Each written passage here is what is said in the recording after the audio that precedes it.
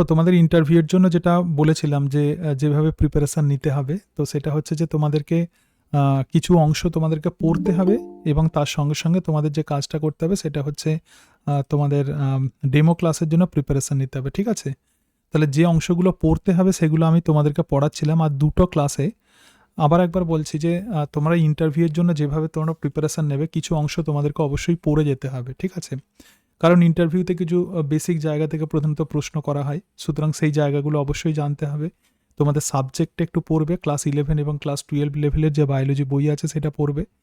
এর সাথে সাথে তোমরা ডেমো ক্লাসের জন্য প্রিপারেশান নেবে। তোমরা তো অলরেডি ডেমো ক্লাস দিয়েছো, অনেকে ভালোই ডেমো ক্লাস দিয়েছো, তো সেইভাবে প্রিপারেশান নেবে। তো যে অংশগুলো তোমাদেরকে পড়ে যেতে হবে তো সেগুলোই প্রধানত আমি তোমাদেরকে পড়াচ্ছি।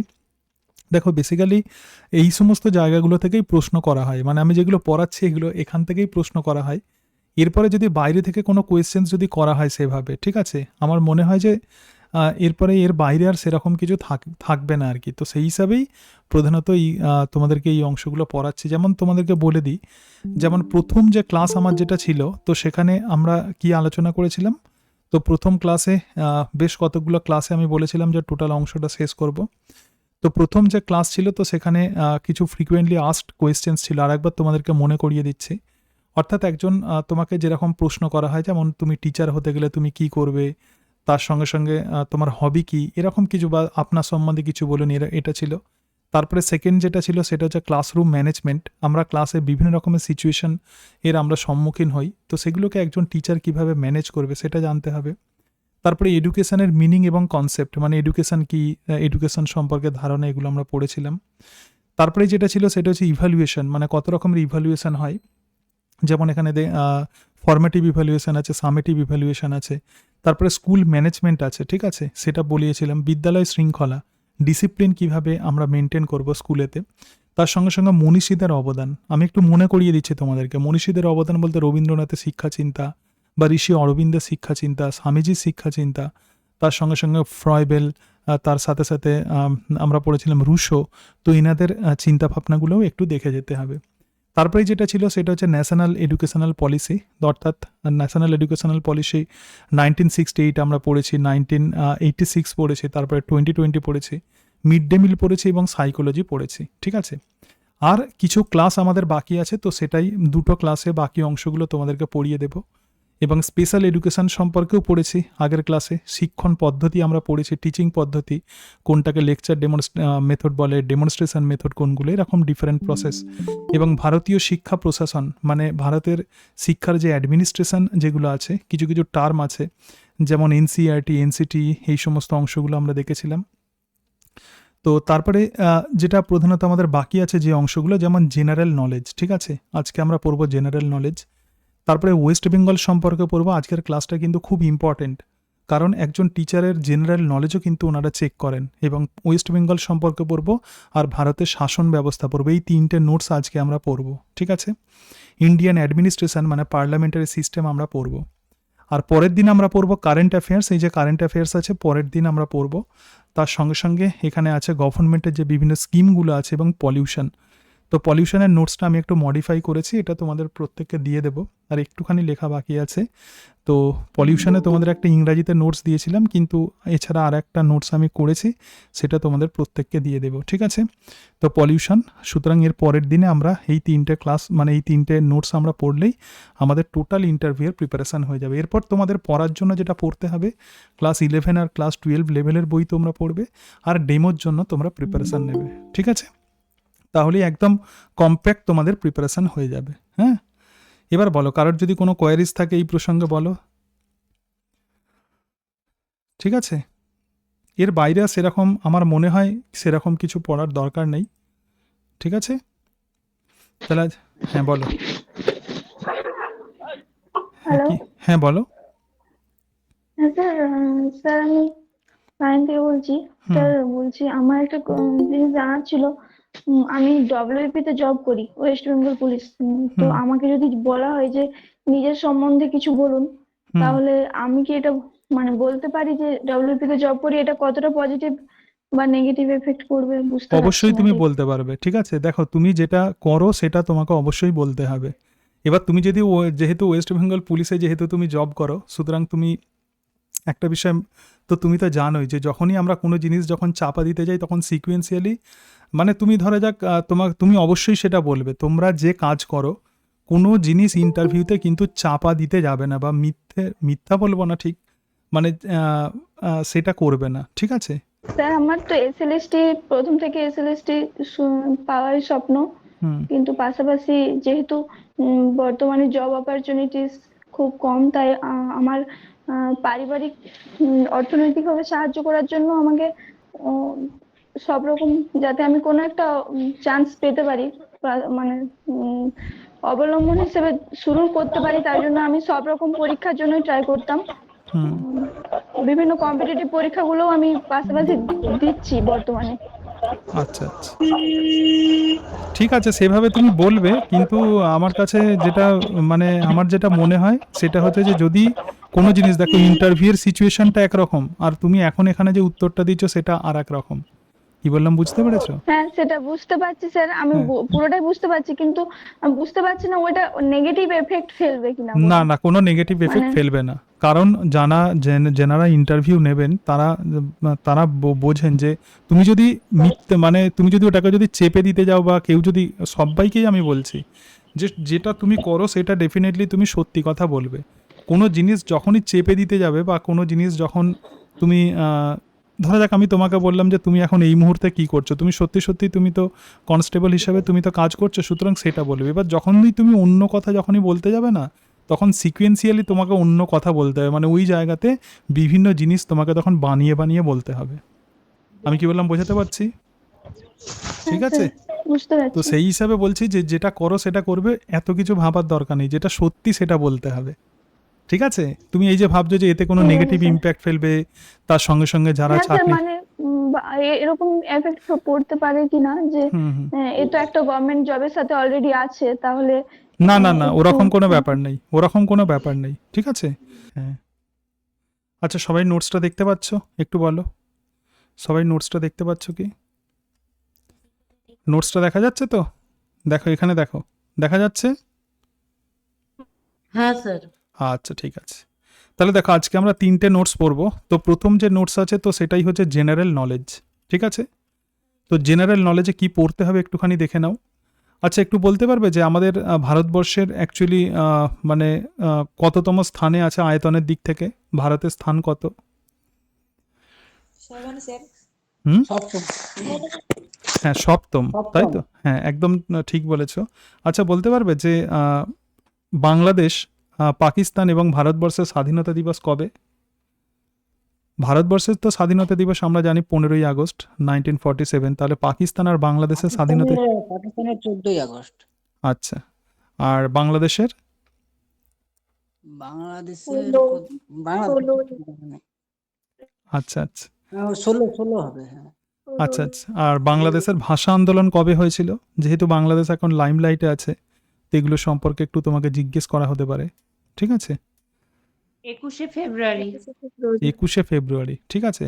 আচ্ছা, যাই হোক, আরও আমরা ডিটেলসে আমরা টোটাল বিষয়গুলো জেনে নিই। দেখো, তো প্রথমেই আমরা যে দেশে থাকি, একজন টিচারকে অবশ্যই তার দেশ সম্পর্কে কিন্তু ভালোভাবে তাকে আইডিয়া রাখতে হবে। তো আমরা যে দেশে থাকি তো সেটাই হচ্ছে ইন্ডিয়া, এবং ইন্ডিয়া মানেই হচ্ছে ভারত।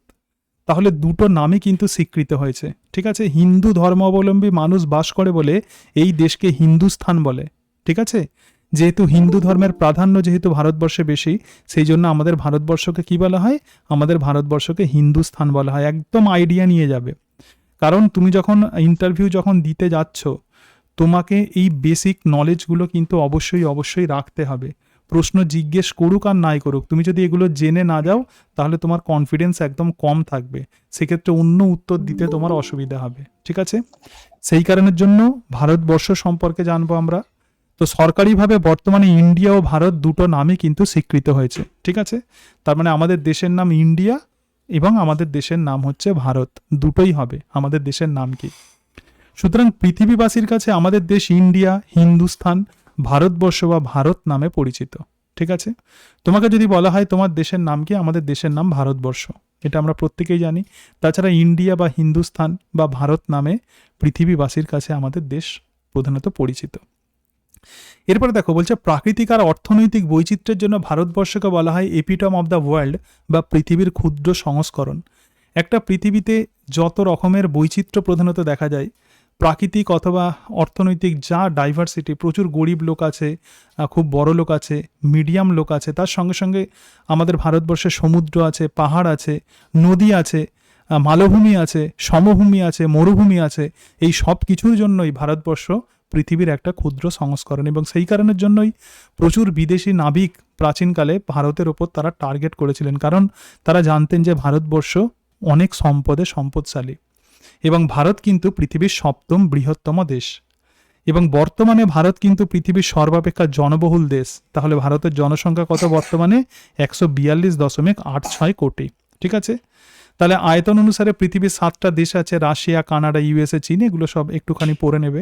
তারপরেই দেখো ভারতবর্ষের চতুর্সীমা। এখানে আমি জাস্ট একটু ছবির সাহায্যে বোঝানোর চেষ্টা করেছি, যদি এটা ক্লাস 9-10-এর নলেজ, কিন্তু তবুও একটুখানি দেখে নাও। জিওগ্রাফির যারা স্টুডেন্ট তাদের কাছে তো একদম ইজি, কিন্তু বায়োলজির যারা স্টুডেন্ট আমরা অনেকদিন আগে পড়েছিলাম, কিন্তু তবুও এখন তোমাদেরকে পড়তে হবে। এর কারণটা হচ্ছে এটাই, আমি দেখো আমার ইন্টারভিউর অভিজ্ঞতা তোমাদেরকে বলছে, আমাকে জিওগ্রাফি থেকে অনেক প্রশ্ন করা হয়েছে, মানে আমি তিনবার এসএসসির ইন্টারভিউ দিয়েছি, আমাকে 2বার কিন্তু জিওগ্রাফি থেকে অনেক প্রশ্ন করা হয়েছে, এবং সেই হিসাবে আমি বলছি জিওগ্রাফিটা তোমরা কিন্তু পড়ে যাবে, যেগুলো আমি নোটসে দিয়েছি আর কি। দেখো ভারতবর্ষের একদম উত্তরে একদম শেষতম বিন্দু কোনটা? জম্মু কাশ্মীরের ইন্দিরা কল। আর একদম দক্ষিণে কি আছে? আন্দামান নিকোবর দ্বীপপুঞ্জের ইন্দিরা পয়েন্ট, এটা হচ্ছে স্থলবিন্দু, এবং এর আগে নাম ছিল পিগমেলিয়ান পয়েন্ট, এখন এর নাম কি? ইন্দিরা পয়েন্ট। ঠিক আছে, এবং দক্ষিণতম অংশ হচ্ছে কুমারিকা অন্তরীপ। আর দেখো পশ্চিম দিকে কি আছে? পশ্চিম দিকে আছে আরব সাগর, আর পূর্ব দিকে আছে বঙ্গোপসাগর। তাহলে পূর্ব দিকের একদম শেষতম বিন্দু যেটা, সেটা হচ্ছে অরুণাচলের কিবিথু, আর পশ্চিমে হচ্ছে গুজরাটের গুহার মোটার। ঠিক আছে, তাহলে এগুলো হচ্ছে ভারতবর্ষের চতুর্সীমা। ঠিক আছে, ভারতের উত্তরে আমরা জানি যে হিমালয় পর্বতমালা আছে, আমাদের গর্বের পর্বতমালা, আর ভারতবর্ষের 3 দিক কিন্তু সমুদ্র বেষ্টিত। ঠিক আছে, এবং চীন হচ্ছে ভারতের বৃহত্তম, আর মালদ্বীপ হচ্ছে ক্ষুদ্রতম প্রতিবেশী দেশ। তাহলে এখানে আমরা কি দেখলাম? আমাদের ভারতবর্ষের নাম কি, আয়তনে ভারতের স্থান কত, এবং তার সঙ্গে সঙ্গে ভারতবর্ষের জনসংখ্যা কত। এরপরে দেখো অত্যন্ত গুরুত্বপূর্ণ যে প্রশ্ন, যেটা সবসময় যেটা চেঞ্জ হয়ে যায়, মানে মাঝে মাঝে যেটা চেঞ্জ হয়, তো এখন বর্তমানে সেটা কি কন্ডিশনে আছে সেটা জানতে হবে, সেটা হচ্ছে ভারতবর্ষের বিভিন্ন রাজ্য। কিন্তু ভারতের এই যে বিভিন্ন রাজ্যগুলো, এই রাজ্যগুলো কিভাবে পুনর্গঠিত হয়েছে এই সম্পর্কে একটু আইডিয়া রাখতে হবে। আমাদের বর্তমানে ভারতবর্ষে কতগুলো স্টেট আছে? 28টা রাজ্য আছে, আর 8টা কেন্দ্রশাসিত অঞ্চল আছে। তাহলে তুমি যদি একটুখানি বিচার বিশ্লেষণ করো, আমরা যদি একটু পিছিয়ে যাই, ভারতবর্ষের ইতিহাসে যদি আমরা একটু পিছিয়ে যাই, তাহলে কি দেখব? আমাদের স্বাধীনতা দিবসের পরে 1947 সালের 15ই আগস্ট ভারতবর্ষ স্বাধীনতা লাভের পরে 1950 সালের 26শে জানুয়ারির আগে, দেখো 1950 সালের 26শে জানুয়ারির আগে ভারতে 28টা অঙ্গরাজ্য, তখন কিন্তু রাজ্য বা স্টেট বলা হতো না, তখন ছিল 28টা অঙ্গরাজ্য আর একটা কেন্দ্রশাসিত রাজ্য ছিল। ঠিক আছে, কেন্দ্রশাসিত রাজ্য ছিল। কিন্তু রাজ্যগুলি পুনর্গঠনের জন্য 1953 সালে রাজ্য পুনর্গঠন কমিশন শুরু হয়। তাহলে 1953 সালের আগে ভারতে 28টা অঙ্গরাজ্য ছিল আর একটা কেন্দ্রশাসিত রাজ্য ছিল, কিন্তু 1953 সালে রাজ্য পুনর্গঠন কমিশন শুরু হয়, এবং এখনও তোমরা জানো যে বিভিন্নভাবে রাজ্যকে আরও নতুন নতুন স্টেট প্রধানত তৈরি করা হয়। সুতরাং এই প্রথম রাজ্য পুনর্গঠন কমিশন কবে শুরু হয়েছিল? 1953 সালে। কিসের ওপর ভিত্তি করে প্রধানত রাজ্য পুনর্গঠন করা হয়? রাজ্য পুনর্গঠন প্রধানত যার উপর ভিত্তি করে করা হয় সেটা হচ্ছে ভাষা এবং সংস্কৃতির ওপর বেশ করে, মেনলি ল্যাঙ্গুয়েজের ওপর বেশ করে কিন্তু রাজ্য পুনর্গঠন করা হয়। এবং 1956 সালের 1 নভেম্বর রাজ্যগুলোকে পুনর্গঠন করা হয়। তার মানে স্বাধীনতার আগে যেটা, সেটা ব্রিটিশ শাসনের অধীনে যে ভারতবর্ষ ছিল, তারপরে নতুনভাবে ভারতকে গড়ে তোলা হলো 1956 সালের 1 নভেম্বর। তো একদম সেই সময় ভারতবর্ষে কি ছিল? অঙ্গরাজ্য থেকে 14টা রাজ্য হলো এবং 6টা কেন্দ্রশাসিত অঞ্চলে ভাগ করা হয়। তাহলে প্রথম ভারতবর্ষে কি ছিল? 14টি রাজ্য আর 6টা কেন্দ্রশাসিত অঞ্চল। তার আগে বিভিন্নভাবে আমাদের ভারতবর্ষকে শাসনের সুবিধার জন্য ইংরেজরা বিভিন্ন ভাগে ভাগ করেছিলেন, কিন্তু ভারতীয়রা নিজেরা প্রথম ভারতবর্ষকে 14টি রাজ্য আর 6টা কেন্দ্রশাসিত অঞ্চলে ভাগ করেছেন। বর্তমানে এই রাজ্যের সংখ্যা ডবল হয়ে গেছে, সেটা 28টা হয়েছে, আর কেন্দ্রশাসিত অঞ্চল আরও 2টো বেড়েছে। এটুকু সবাই বুঝতে পেরেছো? ক্লিয়ার এটা? ঠিক আছে, দেশ সম্পর্কে কিন্তু জানতে হবে, আমি বারবার বলছি। এটুকু ক্লিয়ার? আচ্ছা, এবার 1947 সালের দেশ ভাগ আমরা একদম পড়ি সব সময়, বা আমরা এগুলো সম্পর্কে সচেতন, কিন্তু বা আমরা এগুলো শুনি, এগুলো কিন্তু এগুলোর অ্যাকচুয়াল তার পিছনে কি ঘটনা আছে, তার হিস্ট্রিটা কি, সেটা আমাদেরকে জানতে হবে। দেখো, আমরা প্রত্যেকেই জানি যে ভারতবর্ষকে ভাগ করা হয়েছিল, আমাদের দেশ ভাগ হয়েছিল 1947 সালে। আমাদের দেশকে কি করা হয়েছিল? ভাগ করা হয়েছিল।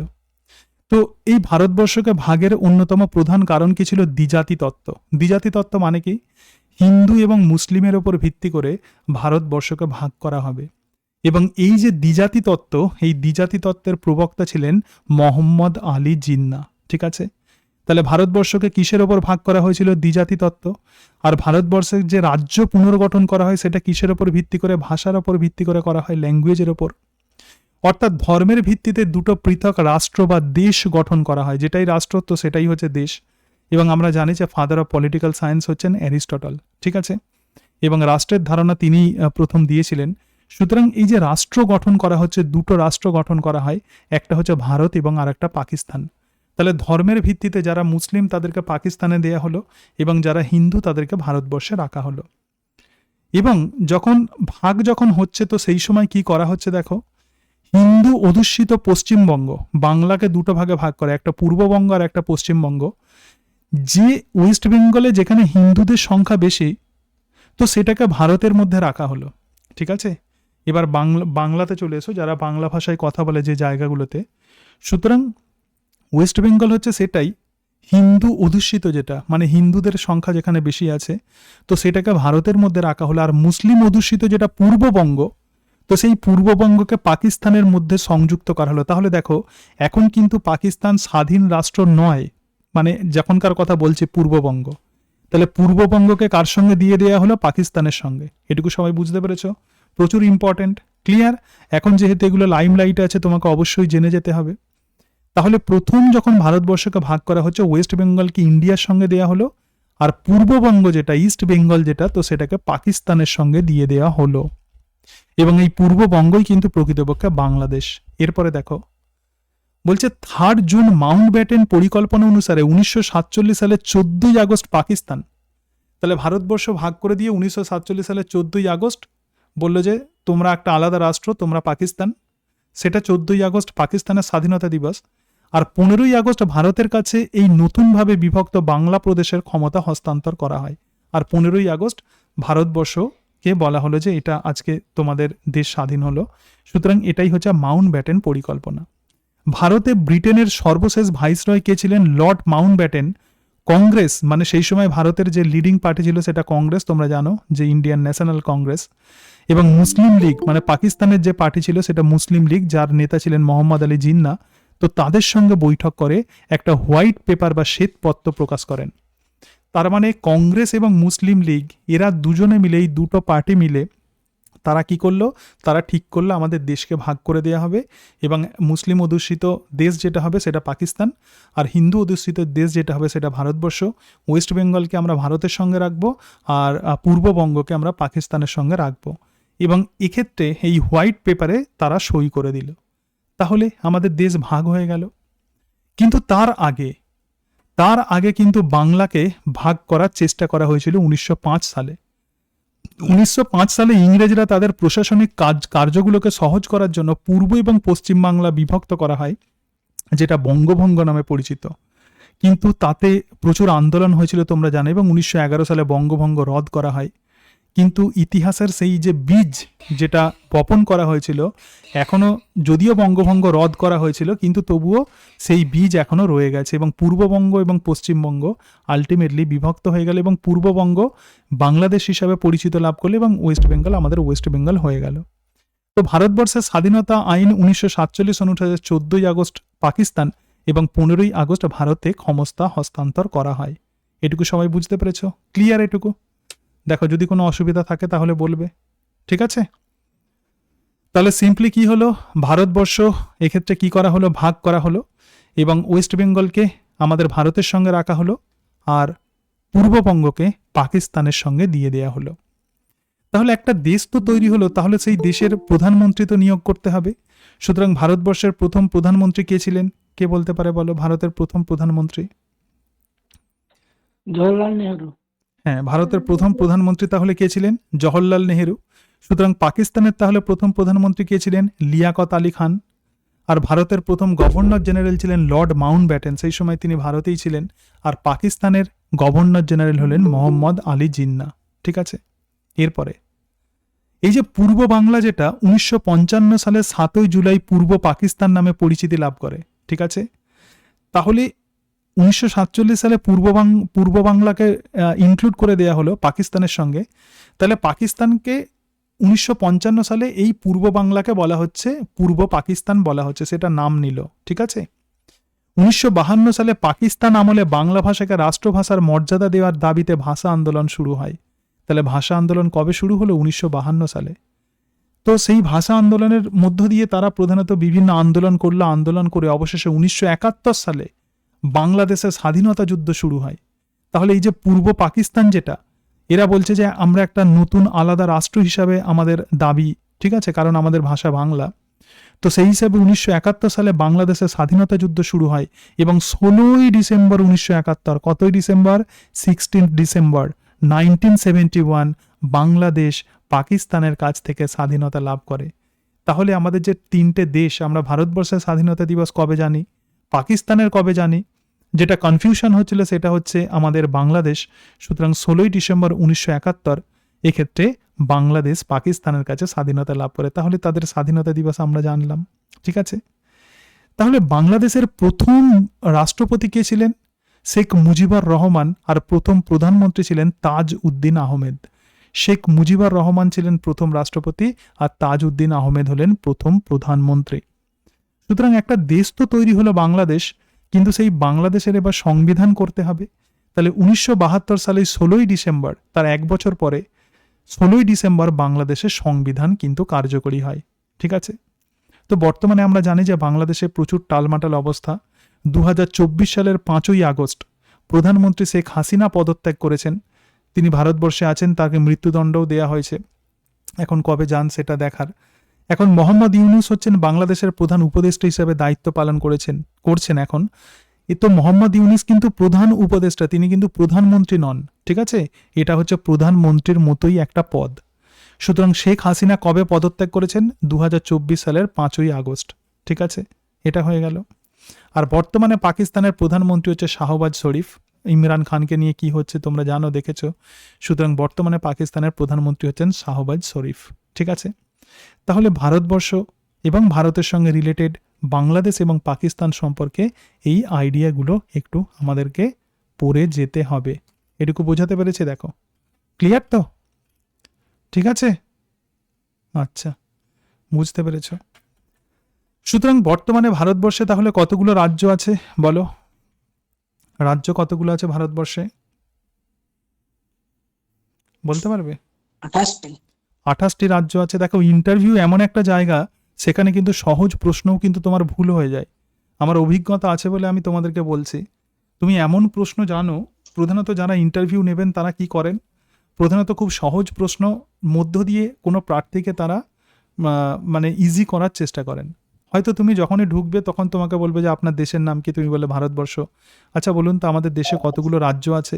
এরকম টাইপের প্রশ্ন, সিম্পল প্রশ্ন করে তারা ইন্টারভিউ যারা দিতে আসছে তাদের ভয়কে কাটানোর চেষ্টা করে। কিন্তু সেই জায়গাতে তুমি যদি ভুল করে ফেলো তাহলে কিন্তু হবে না। সেই জন্য এখনকার খবরগুলো তোমাকে একটু মাথায় রাখতে হবে। ঠিক আছে, সুতরাং ভারতবর্ষে বর্তমানে যে 28টি রাজ্য আছে তার মধ্যে বিভিন্ন রাজ্য এবং তাদের রাজধানীগুলো পড়বে, এবং এখানে আমি হাইলাইট করে দিয়েছি রাজস্থান হচ্ছে বৃহত্তম রাজ্য। এটা প্রত্যেকের জানা দরকার। আমাদের সব থেকে বড় রাজ্য যেটা, তো সেটা হচ্ছে রাজস্থান। এছাড়া বিভিন্ন রাজ্যের রাজধানীগুলো আছে, একটু পড়ে নেবে। ঠিক আছে, তোমাকে প্রশ্ন করা হতে পারে উড়িষ্যার রাজধানীর নাম কি, অন্ধ্রপ্রদেশের রাজধানী হচ্ছে অমরাবতী, এটা কিন্তু নতুন রাজধানী হয়েছে অন্ধ্রপ্রদেশের। যেগুলো দাগ দিয়ে দিয়েছে এগুলো বেশি ইম্পর্টেন্ট। এখানে দেখে নাও, রাজস্থান জয়পুর বৃহত্তম রাজ্য। অন্ধ্রপ্রদেশের নতুন রাজধানী হচ্ছে অমরাবতী। আমাদের ওয়েস্ট বেঙ্গলের রাজধানী হচ্ছে কলকাতা। আমি ধরে নিচ্ছি তোমরা কিছুই জানো না, তো সেই হিসাবেই আমি কিন্তু পড়াচ্ছি ছোটদের মতো করে। ঠিক আছে, অরুণাচল প্রদেশের রাজধানী ইটানগর, ঝাড়খণ্ডের রাঁচি ইত্যাদি এগুলো আছে। পাঞ্জাব এবং হরিয়ানা, ঠিক আছে। হ্যাঁ বলো। না ওটা রায়পুর ছত্তিশগড়ের হবে। রাজধানীটা কি রায়পুর হবে তো মনে হয়। কি বুঝতে পারছি না, বলো। স্যার ছত্তিশগড়ের রাজধানীটা ছত্তিশগড় রায়পুর তো হবে বোধহয়। হ্যাঁ, রায়পুর। দাঁড়াও 1 মিনিট, এখানটা দেখে নিই। হ্যাঁ, 9 ছত্তিশগড় হচ্ছে নম্বর। রায়পুর, হ্যাঁ। হ্যাঁ। এটা একটুখানি দেখে নেবে, ঠিক আছে। আর একটা যেটা বলছিলাম যে পাঞ্জাব যেটা আছে, হয়তো আমি ওটা ভুল লিখেছি, হ্যাঁ, একটু ঠিক করে নেবে, ঠিক আছে। আচ্ছা, পাঞ্জাব যেটা আছে, পাঞ্জাবের হচ্ছে রাজধানী চণ্ডীগড় এখন, তাই তো। তাহলে চণ্ডীগড় হচ্ছে দুটো রাজ্যের রাজধানী। তারপরে কেরলের রাজধানী আছে, গোয়ার রাজধানী হচ্ছে পানাজি, এটা হচ্ছে ক্ষুদ্রতম রাজ্য। সুতরাং আমাদের 28টা রাজ্য আছে এবং 28টা রাজ্যের এখানে রাজধানীগুলো একটুখানি দেখে রাখবে। যেগুলো যেগুলো দাগ দিয়েছে একটু তোমরা একটু দেখে নেবে, ঠিক আছে। এরপরে দেখো 1956 সালে বিহার থেকে পুরুলিয়া ওয়েস্ট বেঙ্গলে যুক্ত হয়। জাস্ট মানে পুরুলিয়া তাহলে কোথায় ছিল, পুরুলিয়া জেলা তাহলে কোথায় ছিল, আগে বিহারে ছিল। আর 1957 সালে আসাম থেকে নাগাল্যান্ড গঠিত হয়। যেটা ইম্পর্টেন্ট সেটা হচ্ছে মুম্বাই ভেঙে মহারাষ্ট্র এবং গুজরাট গঠিত হয়। সালগুলো মনে রাখতে হবে না, আমি সালগুলো সিকোয়েন্সিয়ালি লিখেছি, সালগুলো মনে রাখতে হবে না। তাহলে মুম্বাই ভেঙে মহারাষ্ট্র আর গুজরাট গঠিত হয়। আর 2000 সালে মধ্যপ্রদেশ ভেঙে গঠিত হয় মধ্যপ্রদেশ আর ছত্তিশগড়। মধ্যপ্রদেশ মেন রাজ্য এবং মধ্যপ্রদেশের কিছু অংশ মিলে তৈরি হয় ছত্তিশগড়। আর এই 2000 সালেই কিন্তু উত্তরপ্রদেশ এর কিছু অংশ থেকে তৈরি হয় উত্তরাখণ্ড। ইউপি যেমন আছে তার সঙ্গে সঙ্গে উত্তরাখণ্ড তৈরি হয়। আর বিহার ভেঙে বিহার আর ঝাড়খণ্ড তৈরি হয়, ঠিক আছে। তাহলে বিহার ভেঙে বিহার আর ঝাড়খণ্ড তৈরি হয়। তাহলে মধ্যপ্রদেশ ভেঙে ছত্তিশগড়, তাহলে কোন রাজ্য ভেঙে তৈরি হয়েছে, মধ্যপ্রদেশ। আর উত্তরাখণ্ড তাহলে উত্তরপ্রদেশ ভেঙে তৈরি হয়েছে। আর বিহার ভেঙে তৈরি হয়েছে ঝাড়খণ্ড, হয়ে গেল। অন্ধ্রপ্রদেশ ভেঙে কিন্তু তৈরি হয়েছে তেলেঙ্গানা, ঠিক আছে। অন্ধ্রপ্রদেশ থেকে কি তৈরি হয়েছে, তেলেঙ্গানা 2014-তে। আর 2019 সালে জম্মু কাশ্মীর ভেঙে লাদাখ ও জম্মু কাশ্মীর এই দুটো কেন্দ্রশাসিত অঞ্চল গঠিত হয়। আগে জম্মু কাশ্মীর ছিল, কিন্তু 2019 সালে জম্মু কাশ্মীর থেকে লাদাখ আর একটা নতুন কেন্দ্রশাসিত অঞ্চল গঠিত হয়। আর রাজ্য পুনর্গঠনের মূল ভিত্তি হলো ভাষা। এগুলো জাস্ট একটু বেসিক নলেজ, একটু আমাদেরকে পড়ে যেতে হবে, ঠিক আছে। তারপরে দেখো বর্তমানে ভারতের যে কেন্দ্রশাসিত যে সমস্ত অঞ্চল আছে এবং তাদের রাজধানী, যেমন জম্মু কাশ্মীরের রাজধানী হচ্ছে শ্রীনগর, লাদাখের রাজধানী লে, যেটা জম্মু কাশ্মীর ভেঙে যে লাদাখ তৈরি হয়েছে, তাহলে তার রাজধানী হচ্ছে লে। এটা কিন্তু বৃহত্তম কেন্দ্রশাসিত অঞ্চল, ঠিক আছে। লাদাখ হচ্ছে বৃহত্তম কেন্দ্রশাসিত অঞ্চল। এছাড়া আন্দামান ও নিকোবর দ্বীপপুঞ্জ আছে, এটাও কিন্তু কেন্দ্রশাসিত অঞ্চল, অর্থাৎ আমাদের সেন্ট্রাল গভর্নমেন্ট এখানে হচ্ছে শাসন করে। এবং এই যে আন্দামান নিকোবর দ্বীপপুঞ্জ, এটা বঙ্গোপসাগরে অবস্থিত। তাহলে কোথায় অবস্থিত, বঙ্গোপসাগরে। 265টা ছোট বড় আগ্নেয় দ্বীপ নিয়ে গঠিত এবং গ্রেট নিকোবর হচ্ছে দক্ষিণতম বিন্দু, ইন্দিরা পয়েন্ট। ব্যারেন হচ্ছে জীবন্ত আগ্নেয়গিরি, আর নারকন্দম হচ্ছে সুপ্ত। এই দুটো আগ্নেয়গিরি এই দ্বীপপুঞ্জে অবস্থিত। তুমি শুধু এটুকু মাথায় রাখবে, আন্দামান আর নিকোবর দ্বীপপুঞ্জ তাহলে বঙ্গোপসাগরে অবস্থিত। এছাড়া আছে চণ্ডীগড়, আছে দাদরা ও নগর হাভেলি আর দমন ও দিউ, ঠিক আছে। এই দুটোর একসঙ্গে যেটা রাজধানী, তো সেটা হচ্ছে দমন। এখানে দেখো 2020 সালে দাদরা ও নগর হাভেলি এবং দমন ও দিউ সংযুক্ত হয়। তাহলে আগে সেগুলো আলাদা ছিল, কিন্তু 2020 সালে দাদরা ও নগর হাভেলি আর দমন আর দিউ একসঙ্গে হয়ে গেল এবং বর্তমানে এটি ভারতের নবীনতম কেন্দ্রশাসিত অঞ্চল। তাহলে ভারতের নবীনতম কেন্দ্রশাসিত অঞ্চল বর্তমানে কোনটা, দাদরা ও নগর হাভেলি এবং দমন ও দিউ। আর দিল্লির রাজধানী তো আমরা জানি নতুন দিল্লি, লাক্ষাদ্বীপের রাজধানী কাভারাত্তি। তো লাক্ষাদ্বীপ কিন্তু আরব সাগরে অবস্থিত। লাক্ষা, মিনিকয়, আমনদ্বীপ এরকম 25টা দ্বীপপুঞ্জ নিয়ে গঠিত, যার 11টাতে কোনো জনবসতি নেই, ভাবো, ঠিক আছে। এবং এগুলোর প্রত্যেকটাই কিন্তু প্রবাল দ্বীপ এবং এটা হচ্ছে ক্ষুদ্রতম কেন্দ্রশাসিত অঞ্চল, ঠিক আছে। তাহলে বৃহত্তম কেন্দ্রশাসিত অঞ্চল কোনটা, লাদাখ। ক্ষুদ্রতম কেন্দ্রশাসিত অঞ্চল তাহলে আমরা কোনটা দেখলাম, ক্ষুদ্রতম কেন্দ্রশাসিত অঞ্চল এখানে আমরা দেখলাম, ঠিক আছে। তার সঙ্গে সঙ্গে এই যে আরব সাগরে মানে লাক্ষাদ্বীপ হচ্ছে ক্ষুদ্রতম কেন্দ্রশাসিত অঞ্চল, তার সঙ্গে সঙ্গে নবীনতম কেন্দ্রশাসিত অঞ্চল দেখলাম এবং কেন্দ্রশাসিত অঞ্চলগুলোর রাজধানীগুলোও একটু দেখে যেতে হবে। হয়ে গেল এই বিষয়টা, রাজ্য এবং কেন্দ্রশাসিত অঞ্চল আমরা দেখলাম। এরপরে আমরা যেটা দেখবো সেটা হচ্ছে ভারতবর্ষের ভূপ্রকৃতি। আর কিছু নয়, আমরা তো জিওগ্রাফি পড়ছি না, আমরা জাস্ট কিছু বেসিক নলেজ নিচ্ছি, ঠিক আছে। ভারতবর্ষের উত্তরে একদম সমান্তরালে, ঠিক আছে, প্যারালালি এইভাবে থাকে। মানে ভারতবর্ষের উত্তরে প্যারালালি বিভিন্ন মানে এইভাবে প্যারালালি অনেক পর্বতমালা আছে, ঠিক আছে। এগুলো সম্পর্কে একটু আইডিয়া রাখতে হবে, যে কারাকোরাম, তার সঙ্গে সঙ্গে আমাদের যে মাউন্ট এভারেস্ট। তাহলে বলছে ভারতের উত্তরে কারাকোরাম আছে, লাদাখ আছে, জাসকার আর হিমালয় পর্বত নিয়ে গঠিত উত্তরের পার্বত্য অঞ্চল, এগুলো সব প্যারালালি থাকে। তাহলে কারাকোরাম একটা যেমন আছে, লাদাখ আছে, জাসকার আছে আর হিমালয় আছে, ঠিক আছে। তাহলে প্রথম যেটা আছে তো সেটা হচ্ছে কারাকোরাম। বলছে হিমালয়ের উত্তরে হিমালয়ের সমান্তরালে অবস্থিত। তাহলে কারাকোরামের সর্বোচ্চ শৃঙ্গ কিন্তু গডউইন অস্টিন বা কেটু। ঠিক আছে, তাহলে কারাকোরাম পর্বতমালার সর্বোচ্চ শৃঙ্গ কোনটা? গডউইন অস্টিন বা কেটু। আর মাউন্ট এভারেস্ট হচ্ছে হিমালয়ের সর্বোচ্চ শৃঙ্গ। ঠিক আছে, ভারতের দীর্ঘতম হিমবাহ সিয়াচেন কারাকোরামে অবস্থিত, হিমালয়ে নয়, এটা কোথায় অবস্থিত? কারাকোরামে। আর গডউইন অস্টিন বা কেটু হচ্ছে ভারতবর্ষের উচ্চতম শৃঙ্গ। তাহলে ভারতের উচ্চতম শৃঙ্গ হচ্ছে গডউইন অস্টিন বা কেটু, আর হিমালয়ের হচ্ছে মাউন্ট এভারেস্ট। সুতরাং ভারতবর্ষের উচ্চতম শৃঙ্গ কোনটা? গডউইন অস্টিন বা কেটু। আর মাউন্ট এভারেস্ট যেটা আছে যে নেপাল সীমান্তে প্রধানত এটা আছে। ঠিক আছে, সুতরাং কারাকোরাম আমরা দেখলাম। তো কারাকোরামের পরেই যেটা আছে তো সেটা হচ্ছে লাদাখ।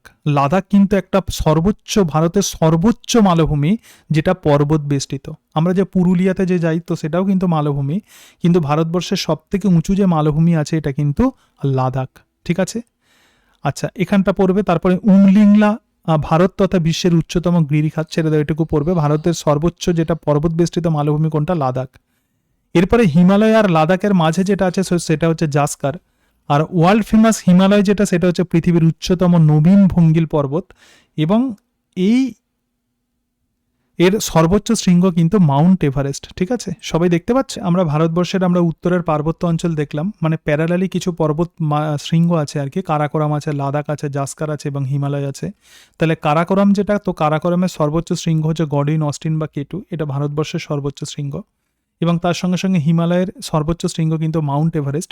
এছাড়া হিমালয়ে একদম ওয়ার্ল্ড ফেমাস কাঞ্চনজঙ্ঘা আছে, মাকালু আছে, ইত্যাদি আছে। তো কাঞ্চনজঙ্ঘাকে দেখলে অনেকটা মনে হয় স্লিপিং বুদ্ধের মতো দেখতে পেজটা লাগে। সাইডে ঠিক চলে আছে, গেছে।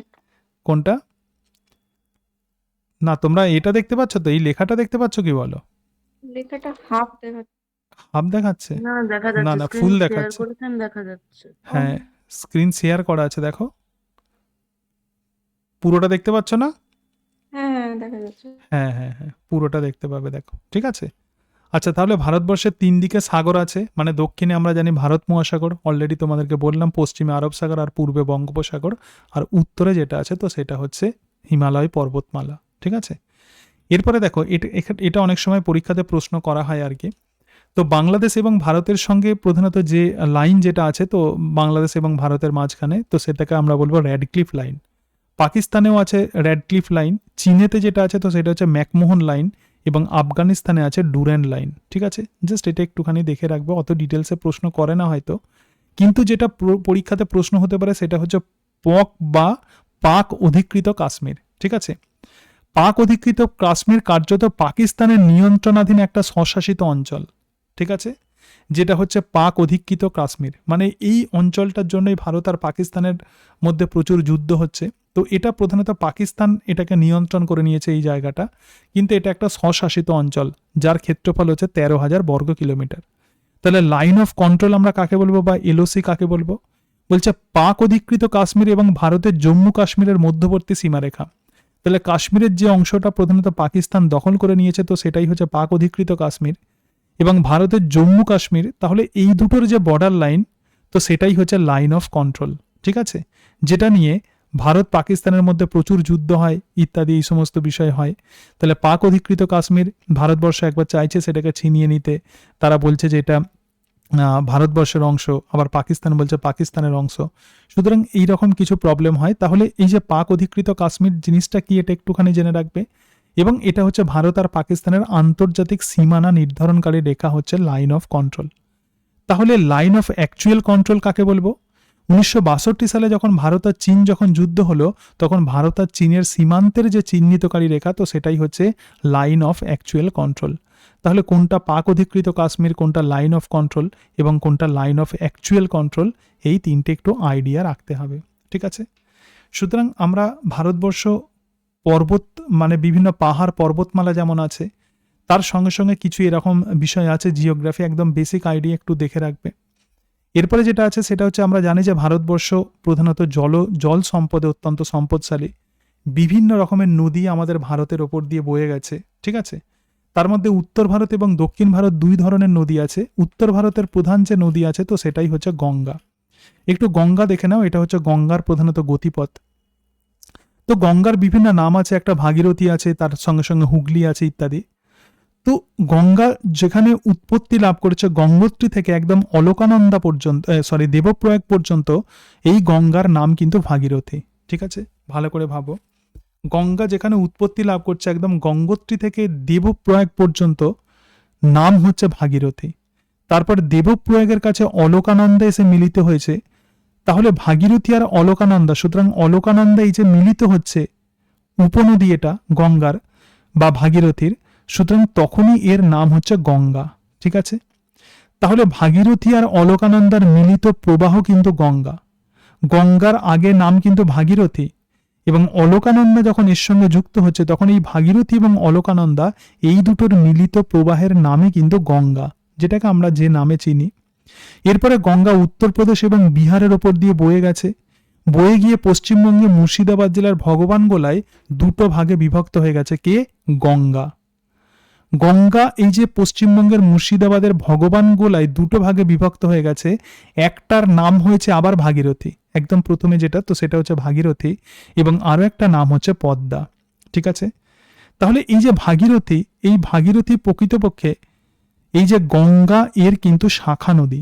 ঠিক আছে, তাহলে এটা শাখাটা বেরিয়ে এসছে। আর যেটা এই যে গঙ্গার মূল যে প্রবাহ যেটা, সেটা বাংলাদেশে প্রবেশ করেছে, এটাই হচ্ছে প্রকৃতপক্ষে ভাগীরথী। গঙ্গা আবার ভাগীরথী, তাহলে ভাগীরথী হচ্ছে প্রধানত একটা শাখা নদী, যেটা আমাদের ওয়েস্ট বেঙ্গল দিয়ে প্রধানত এটা প্রবাহিত হয়েছে। সুতরাং আমাদের ওয়েস্ট বেঙ্গল দিয়ে যেটা প্রবাহিত হয়েছে, তো সেটাই হচ্ছে ভাগীরথী হুগলি, তার নাম কি ভাগীরথী। একদম মোহনার কাছে এর নাম হয়েছে হুগলি, তাহলে এটা কনফিউজড হয়ে যাবে না। তাহলে মেন যেটা, তো সেটাই হচ্ছে ভাগীরথী। অলকানন্দ যখন এর সঙ্গে যুক্ত হচ্ছে তখন তার নাম হচ্ছে গঙ্গা, এবং এই গঙ্গা নাম নিয়ে উত্তরপ্রদেশ বিহার দিয়ে প্রবাহিত হতে হতে পশ্চিমবঙ্গের ভগবান গোলার কাছে এটা দুটো ভাগে বিভক্ত হয়ে গেছে। প্রধান গঙ্গার শাখা পদ্মা নাম নিয়ে বাংলাদেশে প্রবেশ করেছে, এবং আরো একটা ছোট শাখা যেটা, সেটা ভাগীরথী নাম নিয়ে, আবার ভাগীরথী নাম নিয়ে ওয়েস্ট বেঙ্গলের মধ্য দিয়ে প্রবাহিত হয়েছে, হয়ে আমাদের যে বঙ্গোপসাগর আছে সেই মোহনার কাছে এটা হুগলি নাম নিয়ে একদম বঙ্গোপসাগরে মিশে গেছে। তাহলে এখানে আমরা দেখছি যে গঙ্গার উপনদী আছে অলকানন্দা, তার সঙ্গে সঙ্গে যমুনা, এটাও গঙ্গার উপনদী। ঠিক আছে, তাহলে গঙ্গার সঙ্গে যুক্ত হয়েছে। আবার দেখো এই যে ভাগীরথী হুগলি যখন প্রবাহিত হচ্ছে, তো হুগলি নদীর সঙ্গে অজয়, দামোদর, রূপনারায়ণ এই সমস্ত নদগুলো আবার মিশেছে আর কি এর সঙ্গে। ঠিক আছে, তাহলে ভাগীরথী গঙ্গার প্রধানত শাখা নদী হচ্ছে এই যে ভাগীরথী হুগলি, এবং তার সঙ্গে সঙ্গে পদ্মা হচ্ছে এটা মেন ব্রাঞ্চ। এটুকু বুঝতে পেরেছো সবাই? গঙ্গা হচ্ছে ভারতবর্ষের প্রধান নদী। ঠিক আছে, ক্লিয়ার? দেখো আমি বোঝাতে পেরেছি কি? ঠিক আছে, সবাই শুনতে পাচ্ছ? হ্যাঁ স্যার বুঝেছি। হ্যাঁ, তাহলে এখানে দেখো, এটা অনেক সময় পরীক্ষাতে ইন্টারভিউতে জিজ্ঞেস করা হয়, তাহলে গঙ্গা যেটা ভারতের দীর্ঘতম নদী, কুমায়ুন হিমালয়ের গঙ্গোত্রী হিমবাহের গোমুখ গুহা থেকে উৎপন্ন হয়েছে, উৎসস্থলে গঙ্গা কিন্তু ভাগীরথী নামে পরিচিত, আর দেবপ্রয়াগের কাছে ভাগীরথী আর অলকানন্দার মিলিত প্রবাহই কিন্তু গঙ্গা। ঠিক আছে, তারপরে হরিদ্বার থেকে বিহারের রাজমহল পর্যন্ত মধ্যগতি, মানে অতটা তার স্রোত নেই। আর ডান তীরের উপনদী হচ্ছে যমুনা, হচ্ছে গঙ্গার প্রধান উপনদী। ঠিক আছে, তাহলে যমুনা, গঙ্গা যমুনা আমরা বলি না। তারপরে নিম্নগতি দেখো, রাজমহল পাহাড় থেকে মোহনা পর্যন্ত গঙ্গার একটা শাখা ভাগীরথী নামে পশ্চিমবঙ্গের মধ্য দিয়ে দক্ষিণ দিকে প্রবাহিত, আর শেষ অংশের নাম হচ্ছে হুগলি। তাহলে ভাগীরথীর একদম লাস্ট অংশের নাম হচ্ছে হুগলি, এবং ভাগীরথী হুগলি তাহলে কিন্তু গঙ্গা শাখা নদী, এটা তো গঙ্গা, তাহলে গঙ্গা শাখা নদী ভাগীরথী হুগলি। আর গঙ্গার যেটা প্রধান শাখা, মানে গঙ্গার মেন যে ব্রাঞ্চ, এটা কিন্তু বাংলাদেশে প্রবেশ করেছে পদ্মা নাম নিয়ে। ঠিক আছে, গঙ্গার পদ্মার মাঝখানে অনেক বদ্বীপ তৈরি হয়েছে, অনেক আইল্যান্ড তৈরি হয়েছে, তাহলে এর মধ্যে সুন্দরবন হচ্ছে পৃথিবীর বৃহত্তম বদ্বীপ। সুতরাং গঙ্গা আমরা দেখলাম। বর্তমানে তোমরা জানো যে তিস্তা জলবন্টন নিয়ে প্রচুর বিভিন্ন রকমের প্রজেক্ট চলছে। সুতরাং তিস্তা অ্যাকচুয়ালি কোন কোন জেলার মধ্যে দিয়ে প্রবাহিত হয়েছে সেটা একটু দেখতে হবে। তাহলে দেখো, সিকিমের হিমাবাহ থেকে উৎপন্ন হয়ে ওয়েস্ট বেঙ্গলের জলপাইগুড়ি জেলার মধ্য দিয়ে প্রবাহিত হয়ে বাংলাদেশে প্রবেশ করেছে তিস্তা। ঠিক আছে, অবশেষে ব্রহ্মপুত্র নদের সঙ্গে মিলিত হয়েছে, তাহলে জলপাইগুড়ি জেলা দিয়ে তিস্তা বাংলাদেশের মধ্যে ঢুকে গেছে। তোমরা জানো তিস্তা খুব সুন্দর, যারা দার্জিলিংয়ে বেড়াতে গেছে আমরা দেখেছি। তারপরে যেটা আছে, তো সেটা হচ্ছে তোরসা, তাহলে ভুটান হিমালয় থেকে উৎপন্ন হয়েছে, দার্জিলিং আর জলপাইগুড়ি জেলা দিয়ে প্রবাহিত হয়েছে। ঠিক আছে, তাহলে দার্জিলিং আর জলপাইগুড়ি জেলা দিয়ে তোরসা প্রবাহিত হয়েছে, তিস্তা তোরসা। তিস্তাকে কি বলা হয়, কিসের নদী বলা হয় তিস্তাকে, বলতে পারবে? ত্রাসের নদী। হ্যাঁ, তিস্তাকে বলা হয় ত্রাসের নদী। তারপরে যেটা আছে দেখো, আরো একটা নদী আছে, তো সেটাই হচ্ছে সিন্ধু। সিন্ধুর কিন্তু ভারতবর্ষে কিন্তু তার মানে সেটা খুব বেশি দূর নয়, সেটা 800 কিলোমিটার, এবং তিব্বতের মানস সরোবর থেকে উৎপন্ন হয়েছে। এবং সিন্ধুর যে 5টা যে উপনদী আছে, শতদ্রু, বিপাশা, ইরাভাগা, চন্দ্রভাগা এবং বিতস্তা, এটা প্রধানত ভারতবর্ষে এই 3টি উপনদী মেনলি প্রবাহিত হয়েছে। ঠিক আছে, সিন্ধুর ম্যাক্সিমাম যে শাখা বা ম্যাক্সিমাম সিন্ধু নদ কিন্তু পাকিস্তানের মধ্য দিয়ে প্রবাহিত, কিন্তু এই সিন্ধুর যে 5টা উপনদী এটা ভারতের মধ্য দিয়ে প্রবাহিত, এবং ভারতে কেবলমাত্র এর প্রবাহপথ 800 কিলোমিটার। জাস্ট এইটুকু আমরা জেনে নিলাম। তারপরে দেখো ব্রহ্মপুত্র প্রধানত অরুণাচল প্রদেশ আর আসাম দিয়ে বাংলাদেশে প্রবেশ করেছে, আর বাংলাদেশে এটা আবার যমুনা নাম নিয়ে পদ্মার সঙ্গে যুক্ত হয়েছে। ঠিক আছে, আর ভারতের বৃহত্তম নদীদ্বীপ মাজুলি ব্রহ্মপুত্র নদে সৃষ্ট। তো এগুলো তো আমরা উত্তর ভারতের নদী দেখলাম। দক্ষিণ ভারতের নদী তাহলে কি আছে? নর্মদা। তো নর্মদা নদীতে ওয়ার্ল্ড ফেমাস ধুনাধার জলপ্রপাত সৃষ্টি হয়েছে, জাস্ট এইটা মাথায় রাখবে। আর গোদাবরীকে বলা হয় দক্ষিণ ভারতের গঙ্গা। গোদাবরী হচ্ছে দক্ষিণ ভারতের দীর্ঘতম নদী। যেহেতু এটা দীর্ঘতম নদী, সেই জন্য এটাকে দক্ষিণ ভারতের গঙ্গা বলে। আর কাবেরীকে বলে দক্ষিণ গঙ্গা। পবিত্রতার কারণে কাবেরীকে আমরা কি বলবো? দক্ষিণ গঙ্গা। হয়ে গেল এটা। ঠিক আছে, জাস্ট নদী সম্পর্কে এইটুকু বেসিক আইডিয়া নিয়ে রাখবে, এছাড়া আর কিছু না। হয়তো অত ডিটেলসে জিজ্ঞেস করবে না, গঙ্গা সম্পর্কে জিজ্ঞেস করা হতে পারে। ঠিক আছে, এটা হলো। বা তিস্তা তোরসা নিয়ে একটু জিজ্ঞেস করা হতে পারে, কারণ তিস্তা তোরসা একটু লাইমলাইটে এসেছিল, তো সেই জন্য আমি এগুলো লিখে দিয়েছি তোমাদের। তারপরে দেখো চিল্কা ভারত তথা এশিয়ার বৃহত্তম উপহ্রদ বা লেগুন। ঠিক আছে, তাহলে চিল্কা হচ্ছে একটা বৃহত্তম উপহ্রদ। আর দেখো জম্মু কাশ্মীরের ডাল, উলার, তার সঙ্গে সঙ্গে হিমালয়ের নৈনিতাল, মণিপুরের লোকটাক, এগুলো সব কিন্তু মিষ্টি জলের হ্রদ। ঠিক আছে, এগুলো সব হচ্ছে মিষ্টি জলের হ্রদ। এবং আমাদের যে হুগলি জেলায় তো দামোদর নদ অত্যন্ত গুরুত্বপূর্ণ। তাহলে দেখো ঝাড়খণ্ড রাজ্যের ছোটনাগপুর মালভূমি থেকে উৎপন্ন হয়েছে।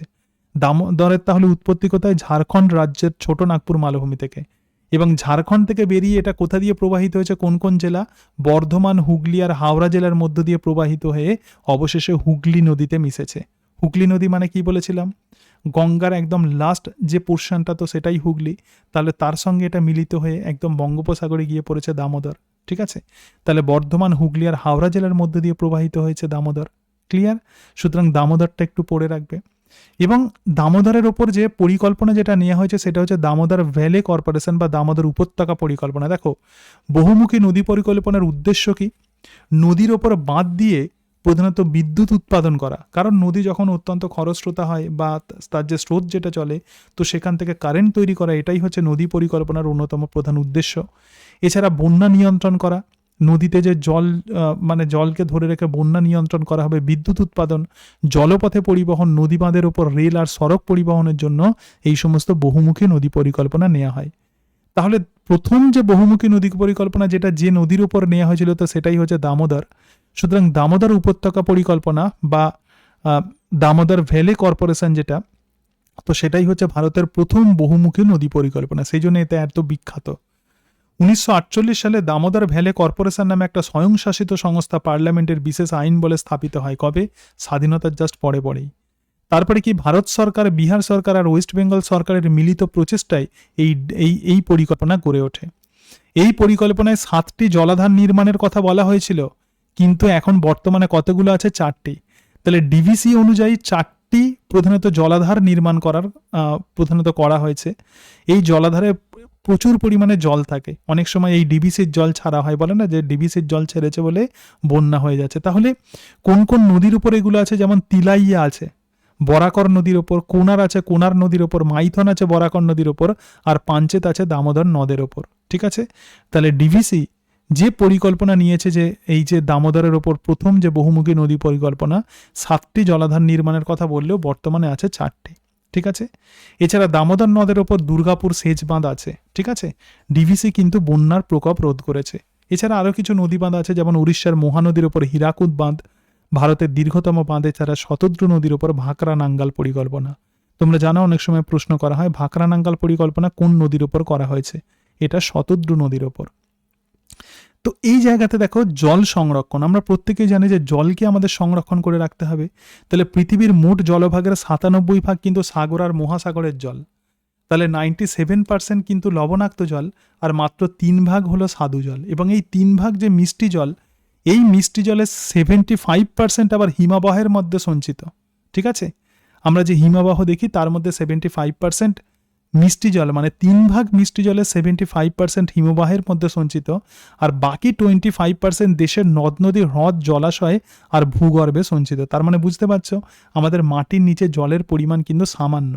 টোটাল পৃথিবীতে যত জল আছে তার খুব কম পরিমাণ কিন্তু আমাদের মাটির নিচেতে আছে। তো সেই জন্য বলছে যে ভূগর্ভে সঞ্চিত জল খুব কম এবং সেটাকে সংরক্ষণের প্রয়োজন, এবং 22 মার্চ হচ্ছে জাতীয় জল দিবস। ঠিক আছে, তো ভারতবর্ষ সম্পর্কে এই যে বেসিক যে জিওগ্রাফি, এগুলো কিন্তু একটু পড়ে যেতে হবে। ক্লিয়ার? কারণ এগুলো বেসিক নলেজ, এটা আমাদের প্রত্যেকের জানা দরকার। এটুকু সবাই বুঝতে পেরেছো? ঠিক আছে, ঠিক আছে। এইবার দেখো, এবার আমাদের ভারতবর্ষের জাতীয় পতাকা আমাদেরকে পড়তে হবে। ঠিক আছে, আচ্ছা, ভারতের জাতীয় পতাকায় যে অশোক চক্র আছে সেখানে কতগুলো স্পোক আছে বলতে পারবে?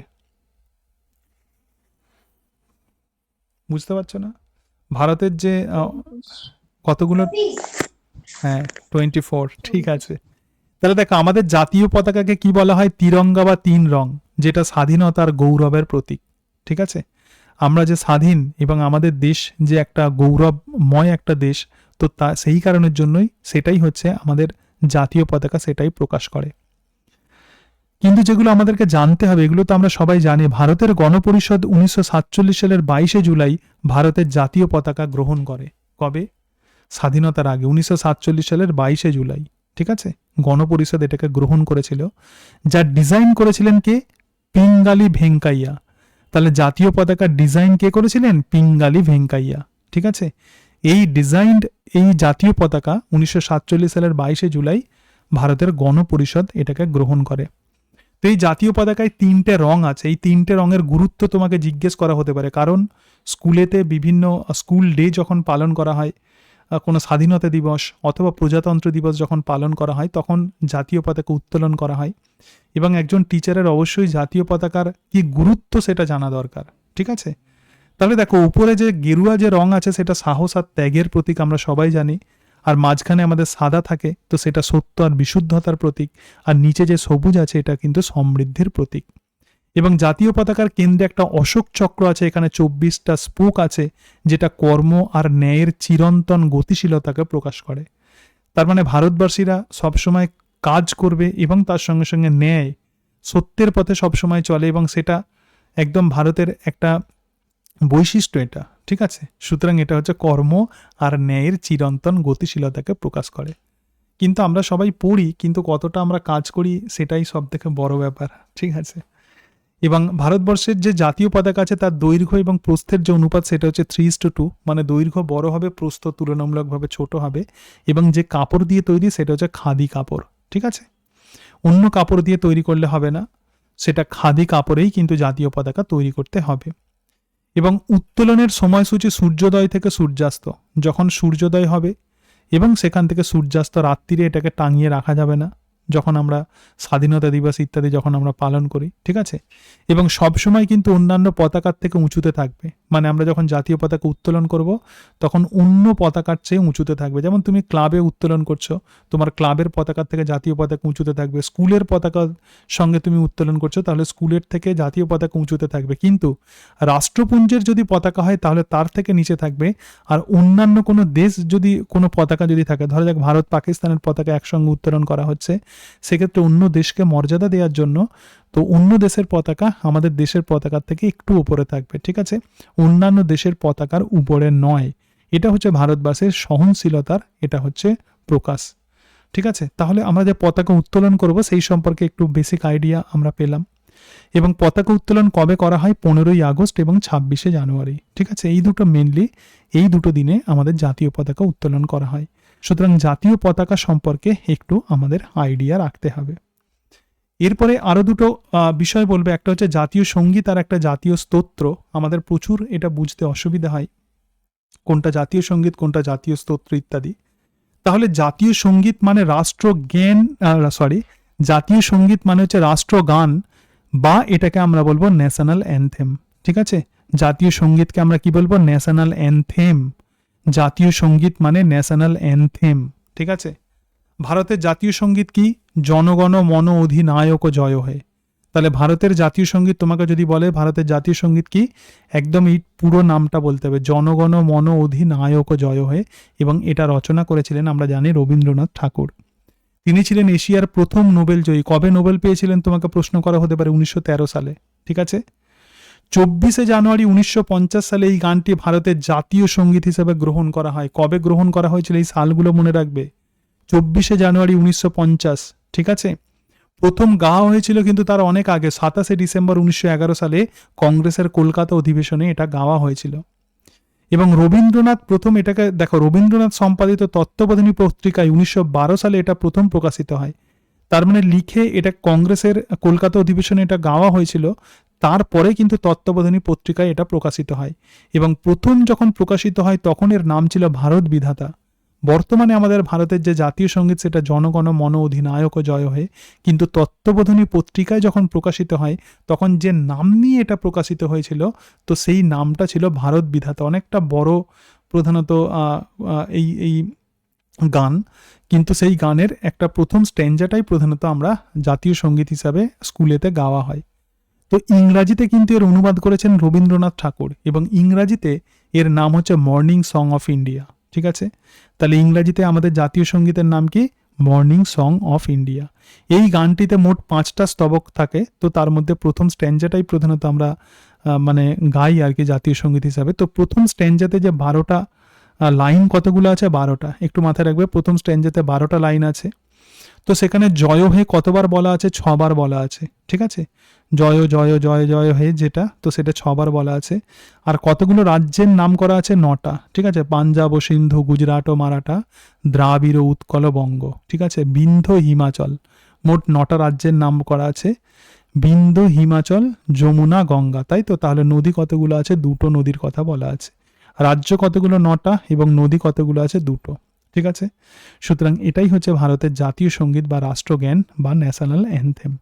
জাস্ট এগুলো সম্পর্কে কিন্তু একটু আইডিয়া রাখতে হবে। তোমরা জানো হয়তো, কিন্তু তবু এগুলো একটু পড়ে যেতে হবে। ঠিক আছে, ক্লিয়ার? আচ্ছা, এরপরে যেটা আছে তো সেটাই হচ্ছে জাতীয় স্তোত্র বা রাষ্ট্রগীত, যেটাকে আমরা বলবো ন্যাশনাল সং। তাহলে আগে আমরা কি দেখলাম? রাষ্ট্রগান, ঠিক আছে, বা জাতীয় সঙ্গীত বা ন্যাশনাল অ্যানথেম। আর এখন আমরা কি দেখছি? ন্যাশনাল সং বা জাতীয় স্তোত্র বা রাষ্ট্রগীত। ভালো করে দেখো, বন্দে মাতারাম হচ্ছে প্রথম সংস্কৃত ভাষায় রচিত হয়, এবং এটা রচনা করেন বঙ্কিমচন্দ্র চট্টোপাধ্যায়, সাহিত্য সম্রাট। ঠিক আছে, পরবর্তীকালে শ্রী অরবিন্দ ঘোষ এর ইংরাজি অনুবাদ করেন। তাহলে বন্দে মাতারাম আনন্দমঠ উপন্যাসে তিনি এটা ব্যবহার করেছিলেন। ঠিক আছে, বন্দে মাতারাম এই গানটা, এবং শ্রী অরবিন্দ ঘোষ কিন্তু এর ইংরাজি অনুবাদ করেন। প্রথম গাওয়া হয়েছিল কবে? 28শে ডিসেম্বর 1896 সালে জাতীয় কংগ্রেসের কলকাতা অধিবেশনে। তো এর সুর দিয়েছিলেন কিন্তু রবীন্দ্রনাথ ঠাকুর। ঠিক আছে, মানে কিভাবে গাওয়া হবে বন্দে মাতারামে, তো তার সুর দিয়েছিলেন তিনি। ঠিক আছে, এবং এটা নেওয়া হয়েছিল আনন্দমঠ উপন্যাস থেকে, এবং প্রকাশিত হয়েছিল 1882 সালে। আনন্দমঠ কবে প্রকাশিত হয়? 1882 সালে। ঠিক আছে, এবং তার সঙ্গে সঙ্গে দেখো এই গানটা প্রধানত কি? জমিদারদের শোষণের বিরুদ্ধে সন্ন্যাস বিদ্রোহের উপর এটা ভিত্তি করে এই গান রচনা করা হয়েছিল। 24শে জানুয়ারি 1950 সালে রাষ্ট্রগীত হিসাবে বা জাতীয় স্তোত্র হিসাবে এটা গ্রহণ করা হয়। তাহলে জাতীয় সঙ্গীত কবে গ্রহণ করা হয়েছিল? 14 জানুয়ারি 1950। ঠিক আছে, তাহলে রাষ্ট্রগীত কবে গ্রহণ করা হয়? 24শে জানুয়ারি 1950। ঠিক আছে, এটাকে 65 সেকেন্ড গাওয়া হয়, আর এখানে লাইন আছে 7টি। তাহলে এটাই হচ্ছে আমাদের জাতীয় স্তোত্র বা রাষ্ট্রগীত, এটা আমরা পড়লাম। এরপরে যেটা আছে তো সেটা হচ্ছে ভারতের জাতীয় চিহ্ন বা ন্যাশনাল সিম্বল। তোমরা প্রত্যেকেই জানো আমাদের জাতীয় যে চিহ্ন আছে তো সেটাই অশোক স্তম্ভ। তো আমাদের কয়েনে প্লাস বিভিন্ন জায়গাতে অশোক স্তম্ভ থাকে। তো এই অশোক স্তম্ভটা প্রকৃতপক্ষে কি? এটা কে নির্মাণ করেছিলেন? এটা নির্মাণ করেছিলেন সম্রাট মৌর্য সম্রাট অশোক। এটা নির্মাণ কে করেছিলেন? মৌর্য সম্রাট অশোক। আমরা জানি যে তিনি গৌতম বুদ্ধের তিনি ভক্ত ছিলেন। ঠিক আছে, এবং এই যে জাতীয় অশোক স্তম্ভ, এটা 1905 সালে এটা পাওয়া গিয়েছিল। তাহলে মৌর্য সম্রাট অশোক তো একজন ঐতিহাসিক সম্রাট, তাহলে তিনি এটা তৈরি করেছিলেন খ্রিস্টপূর্ব 3য় শতকে। তারপরে মাটির নিচে এটা চাপা ছিল এবং 1905 সালে এটাকে পাওয়া যায়। এবং এটা হচ্ছে সারনাথে প্রধানত এটা পাওয়া গেছে, সারনাথে। তো যেখান থেকে গৌতম বুদ্ধ মোস্ট প্রবাবলি ধর্মপ্রচার শুরু করেছিলেন। ঠিক আছে, তাহলে দেখো এই যে অশোক স্তম্ভ আছে এখানে 4টে সিংহ মূর্তি দেখা যায়। কতগুলো সিংহ মূর্তি মানে মেন যে অশোক স্তম্ভটা আছে সেখানে 4টে সিংহ মূর্তি আছে, কিন্তু আমরা ছবিতে যখন দেখি সেখানে 3টে দেখা যায়, কিন্তু পিছন দিকে আরও একটা আছে। তাহলে অশোক স্তম্ভতে 4টে সিংহ মূর্তি তিনি তৈরি করেছিলেন, মানে অত প্রাচীন কালে কিভাবে তিনি চিন্তা ভাবনা করছেন দেখো, সেই জন্যই তারা সম্রাট ছিলেন। ঠিক আছে, 4টি সিংহ মূর্তিযুক্ত সারনাথের অশোক স্তম্ভের সিংহ মূর্তি, তার মধ্যে 3টি দৃশ্যমান। এই সিংহগুলো কিসের প্রতীক? সাম্য, ন্যায়, সাহস এবং আত্মবিশ্বাসের প্রতীক। সাম্য, সবার সঙ্গে মিলেমিশে থাকা, ন্যায়, যাতে কারোর প্রতি অন্যায় না হয়, সাহস এবং আত্মবিশ্বাস, এগুলোর হচ্ছে প্রতীক এই 4টি সিংহ। ঠিক আছে, একটা সাম্য, একটা ন্যায়, একটা সাহস আর একটা আত্মবিশ্বাসের প্রতীক। আসল অশোক স্তম্ভ সারনাথের মিউজিয়ামে রাখা আছে, বারাণসীতে আছে এটা। সারনাথের মিউজিয়ামে এই আসল অশোক স্তম্ভ যেটা উদ্ধার করা হয়েছে সেটা রাখা আছে। আবার এই সিংহের পাদদেশে আছে অশোকের ধর্মচক্র, তাছাড়া একটা ষাঁড় আছে, একটা ঘোড়া আছে আর একটা হাতি আছে। ঠিক আছে, কি কি আছে? একটা ষাঁড় আছে, একটা ঘোড়া আছে আর একটা হাতি আছে। আর 1950 সালের 26শে জানুয়ারি ভারত প্রজাতন্ত্র হিসেবে ঘোষিত হওয়ার সময় সরকারিভাবে এই প্রতীকটি নেওয়া হয়। ঠিক আছে, তাহলে কবে নেওয়া হয়েছিল? 1950 সালের 26শে জানুয়ারি প্রজাতন্ত্র দিবসে। অশোক চক্রের পাশে দেবনাগরী অক্ষরে লেখা থাকে সত্যমেব জয়তে, যে শব্দটা মুন্ডক উপনিষদ থেকে নেওয়া হয়েছে। এই চিহ্ন সব ধরনের অশুভ শক্তিকে বিনাশ করে সত্য ও ন্যায় ধর্মের প্রতিষ্ঠার সূচক। ঠিক আছে, তাহলে এখানে দেখো গৌতম বুদ্ধের প্রথম ধর্মপ্রচারের স্থান সারনাথকে স্মরণীয় করার জন্য, যেটা বলছিলাম গৌতম বুদ্ধ এখান থেকেই ধর্মপ্রচার শুরু করেছিলেন, তো সম্রাট অশোক এই জায়গাতে এই স্তম্ভটা নির্মাণ করেন, যেটা ভারতের জাতীয় চিহ্ন হিসাবে এটা প্রধানত পরিচিতি লাভ করেছে। তো ভারতবর্ষ সম্পর্কে তোমাদেরকে মেনলি এই আইডিয়াগুলোই রাখতে হবে, এছাড়া আর বিশেষ কিছু নয়। এগুলো পড়তে হবে। আমি যেটা বলতে চাইছি, একটু পড়ে যেতে হবে, কারণ পড়ে গেলে তোমাদের কনফিডেন্স পাবে এবং তার ফলে তোমার আলটিমেটলি ইন্টারভিউ ভালো হবে। ঠিক আছে, কি বললাম বুঝতে পেরেছো? বিভিন্ন প্রশ্ন তোমাকে ধরা হবে। ঠিক আছে, কোন জায়গাগুলো পড়বে আমি একটু তোমাদের বলে দিচ্ছি। তাহলে আমাদের রাজ্য যে পশ্চিমবঙ্গ আছে, 1947 সালের 15ই আগস্ট স্বাধীনতার আগে বঙ্গদেশ ভেঙে এর পশ্চিম অংশ ভারতের অঙ্গরাজ্য পশ্চিমবঙ্গ এবং পূর্ব অংশ পূর্ব পাকিস্তানে পরিণত হয়। আগেই আলোচনা করেছি। অবিভক্ত বঙ্গদেশের 3 ভাগের 1 ভাগ নিয়ে, তাহলে অবিভক্ত বঙ্গদেশের 3 ভাগের 1 ভাগ নিয়ে ইংরেজ আইনজীবী র্যাডক্লিফ ব্রাউনের সীমানা মেনে 1947 সালের 15ই আগস্ট কিন্তু পশ্চিমবঙ্গের জন্ম হয়।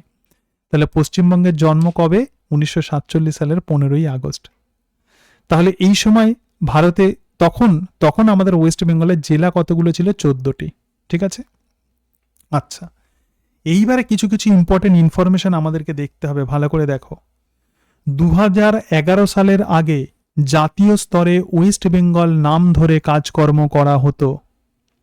2011 সালের আগে জাতীয় স্তরে আমাদের রাজ্যকে ওয়েস্ট বেঙ্গল ধরে কাজকর্ম করা হতো, যদিও বাংলাতে নাম ছিল পশ্চিমবঙ্গ। ঠিক আছে, ওয়েস্ট বেঙ্গল বলবো না পশ্চিমবঙ্গ বলবো, আমরা প্রচুর কনফিউজড হয়ে যাই। তাহলে 2011 সালের আগে জাতীয় স্তরে ওয়েস্ট বেঙ্গল নাম ধরে কাজকর্ম করা হতো। 2011 সালের পর রাজ্যটির বাংলা এবং ইংরাজি নাম পশ্চিমবঙ্গ করা হয়েছে। তোমাকে যদি বলে তোমাদের রাজ্যের নাম কি, তুমি বলবে পশ্চিমবঙ্গ, ওয়েস্ট বেঙ্গল নয়। ঠিক আছে, কেন? 2011 সালের পর আমাদের রাজ্যের বাংলা আর ইংরাজি এই দুটো নামই কিন্তু পশ্চিমবঙ্গ করা হয়েছে, নট ওয়েস্ট বেঙ্গল। ঠিক আছে, তাহলে আগে বাংলাতে আমরা বলতাম পশ্চিমবঙ্গ আর ইংরাজিতে বলতাম ওয়েস্ট বেঙ্গল, কিন্তু এখন বাংলা আর ইংরাজি দুটো নামই কিন্তু ওয়েস্ট বেঙ্গল। সবাই বুঝতে পেরেছে এটা? ঠিক আছে, এবার দেখো 2018 জুলাই মাসে পশ্চিমবঙ্গ বিধানসভায় রাজ্যের বাংলা আর ইংরাজি নাম পশ্চিমবঙ্গ পাল্টে বাংলা রাখার প্রস্তাব হয়। কবে? 2018 জুলাই মাসে। ঠিক আছে, তাহলে আমাদের গভর্নমেন্ট কি চাইছে? পশ্চিমবঙ্গের নামটাকে পাল্টে কি রাখবে? বাংলা রাখবে। কিন্তু এখনো এই নাম রাখা হয়নি, কারণ বিষয়টি পার্লামেন্ট আর রাষ্ট্রপতির অনুমোদনের অপেক্ষায় রয়েছে। তারা অনুমোদন দিলেই আমাদের পশ্চিমবঙ্গ নাম হয়ে যাবে বাংলা। তো এই যে পশ্চিমবঙ্গ, এটা ভারতের চতুর্থ জনবহুল এবং দ্বিতীয় জনঘনত্বপূর্ণ রাজ্য। জনবহুল মানে সংখ্যা হচ্ছে 9.13 কোটি, এবং প্রচুর এখানে মানে ঘনত্ব বা ডেনসিটি অনেক বেশি। একটা জায়গাতে অনেকগুলো লোক বাস করে, এটাই হচ্ছে ঘনত্ব। ঠিক আছে, তো ভারতের 28টা অঙ্গরাজ্যের মধ্যে একমাত্র পশ্চিমবঙ্গের সাথে হিমালয় এবং সাগর ছুঁয়ে আছে, তাই এটাকে আসমুদ্র হিমাচল বলা হয়। এখানে তুমি হিমালয় পর্বতমালা যেমন পাবে দার্জিলিংয়ে, তার সঙ্গে সঙ্গে তোমরা সাগরও পাবে। ঠিক আছে, সেই জন্য এটাকে আমরা আসমুদ্র হিমাচল বলি। বর্তমানে পশ্চিমবঙ্গে কতগুলো জেলা আছে? 23টি। রাজ্য আমাদের ইন্ডিয়াতে কতগুলো আছে? 28টি। তাহলে ওয়েস্ট বেঙ্গলের জেলা কতগুলো আছে? 23টি জেলা আছে। তবে 2022 সালের 1 আগস্ট আরও নতুন 7টি জেলা ঘোষিত হয়েছে। কবে? 2022 সালের 1 আগস্ট। কি কি জেলা ঘোষিত হয়েছে? বহরমপুর, কান্দি, সুন্দরবন, বসিরহাট, ইছামতি, রানাঘাট এবং বিষ্ণুপুর। কিন্তু এগুলো সব অনুমোদনের অপেক্ষায় রয়েছে। বর্তমানে আমাদের ওয়েস্ট বেঙ্গলে যে 23টা জেলা আছে, আরও 7টা জেলা অনুমোদনের অপেক্ষা আছে। অনুমোদন হলেই আমাদের পশ্চিমবঙ্গে মোট জেলার সংখ্যা হয়ে যাবে 30টি। ঠিক আছে, তাহলে পশ্চিমবঙ্গের নতুন 3টে জেলা হচ্ছে 21তম জেলা। বর্তমানে কি বললাম? 23টা জেলা আছে। তাহলে 21তম জেলা যেটা, তো সেটাই হচ্ছে কালিম্পং। 22তম জেলা যেটা, সেটা হচ্ছে ঝাড়গ্রাম। আর 23তম জেলা আছে যেটা আছে 9তম জেলা, তো সেটা হচ্ছে পশ্চিম বর্ধমান। ঠিক আছে, তাহলে এগুলো হচ্ছে নতুন 3টে জেলা। কিভাবে জেলা বিভাজন হলো দেখো। দক্ষিণ 24 পরগনা বৃহত্তম, আর কলকাতা হচ্ছে ক্ষুদ্রতম জেলা। একটু জেলা সম্পর্কে একটু জেনে নাও। কলকাতা হচ্ছে সর্বাধিক জনঘনত্বপূর্ণ, আর ঝাড়গ্রাম সর্বনিম্ন জনঘনত্বপূর্ণ জেলা। সাক্ষরতার হার কত? 76.30% আমাদের ওয়েস্ট বেঙ্গলে। তবে কোন জেলাতে সব থেকে বেশি স্বাক্ষর মানে মানুষ বাস করেন, সব থেকে বেশি এডুকেটেড? পূর্ব মেদিনীপুর প্রথম স্থানে আছে, কলকাতা দ্বিতীয় স্থানে, আর সর্বশেষে আছে উত্তর দিনাজপুর। ঠিক আছে, তারপরে দেখো এখানে পুরুলিয়ার কথা বলেছে। ঝাড়খণ্ডের মানভূম থেকে 1956 সালে বাংলা ভাষা অঞ্চল আলাদা হয়ে গিয়ে 16তম জেলা পুরুলিয়া সৃষ্টি হয়। আগে এটা প্রধানত বিহারের অংশ ছিল। আগে আমরা দেখছিলাম যেটা ঝাড়খণ্ড বা বিহারের অংশ ছিল। আর 1992 সালে পশ্চিম দিনাজপুর ভেঙে উত্তর আর দক্ষিণ দিনাজপুর। 2014 সালে দেখো জলপাইগুড়ি ভেঙে আলিপুর দুয়ার তৈরি হয়। যারা যারা যে জেলাতে আছো সেই জেলার ইতিহাসটা জেনে যাবে একটু। ঠিক আছে, এবং 2017 সালে দেখো দার্জিলিং থেকে কালিম্পং তৈরি হয়, পশ্চিম মেদিনীপুর থেকে ঝাড়গ্রাম তৈরি হয়, আর বর্ধমান থেকে পশ্চিম বর্ধমান তৈরি হয়। ঠিক আছে, যেটা নবীনতম জেলা। তারপরে দেখো চতুর্সীমা কি আছে? 3 দিকে স্থল আর একদিকে জলবেষ্টিত। উত্তরে ভারতের অঙ্গরাজ্য সিকিম, প্রতিবেশী দেশ ভুটান, আর দক্ষিণে বঙ্গোপসাগর আছে। আর ওয়েস্ট বেঙ্গলের যে প্রশাসনিক বিভাগ আছে, প্রেসিডেন্সি বিভাগে কোন কোন জেলা আছে, বর্ধমান বিভাগে কোন কোন জেলা আছে, আর জলপাইগুড়ি বিভাগে কোন কোন জেলা আছে একটু পড়তে হবে। ঠিক আছে, এটা হলো। আর ওয়েস্ট বেঙ্গলে আমরা যদি দেখি মালভূমি অঞ্চল, দেখো মালভূমি তাহলে কি?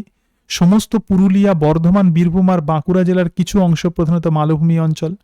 পশ্চিমবঙ্গের সর্বোচ্চ শৃঙ্গ হচ্ছে সিঙ্গালীলা পর্বতের সান্দাকফু। তাহলে সিঙ্গালীলা পর্বতের সান্দাকফু হচ্ছে ওয়েস্ট বেঙ্গলের সর্বোচ্চ শৃঙ্গ। আর মালভূমি অঞ্চলের সর্বোচ্চ শৃঙ্গ হচ্ছে অযোধ্যা পাহাড়ের গোরগাবুরু। ঠিক আছে, যে মালভূমি যে অঞ্চল আছে পুরুলিয়ার অযোধ্যা পাহাড়, তো সেই অযোধ্যা পাহাড়ের গোরগাপুরু হচ্ছে সর্বোচ্চ শৃঙ্গ। ডুয়ার্স তাহলে কাকে বলে? হিমালয়ের পাদদেশে যে সমভূমি আছে, আমরা ডুয়ার্সে বেড়াতে যাই, তাহলে পশ্চিম অংশ যেটা নদীবাহিত বালি আর নুড়ি জমে তৈরি হয়েছে, তো সেটাই হচ্ছে তরাই অঞ্চল মানে ডুয়ার্স। এবং হিমালয়ের পাদদেশ আছে, এখানে তরাই অঞ্চল সৃষ্টি হয়েছে যেটা নদীবাহিত পলি জমে। আর হিমালয়ের পাদদেশে আর্দ্র বিস্তীর্ণ ঢেউ খেলানো যে সমতল ভূমি, তো সেটাই হচ্ছে ডুয়ার্স। ঠিক আছে, তাহলে ডুয়ার্সটা কি? হিমালয়ের একদম কোলেতে, মানে হিমালয়ের নিচের দিকে প্রধানত ঢেউ খেলানো একটা সমতল ভূমি আছে, তো সেটাই হচ্ছে ডুয়ার্স। এবং এর পশ্চিম অংশের যে নদীবাহিত বালি আর নুড়ি জমে তরাই অঞ্চল তৈরি হয়েছে। তাহলে রাঢ় অঞ্চল কাকে বলে? পশ্চিমের মালভূমির পূর্ব সীমা থেকে ভাগীরথী হুগলি নদীর পশ্চিম তীর পর্যন্ত, অর্থাৎ ভাগীরথী হুগলির তীরে যা কিছু আছে সেগুলো সব হচ্ছে রাঢ় অঞ্চল। ঠিক আছে, আচ্ছা এই জিনিসটা হলো। তারপরে দেখো মোর ইনফরমেশন, গঙ্গার শাখা নদী হচ্ছে ভাগীরথী হুগলি প্রধান নদী আমাদের মানে ওয়েস্ট বেঙ্গলে।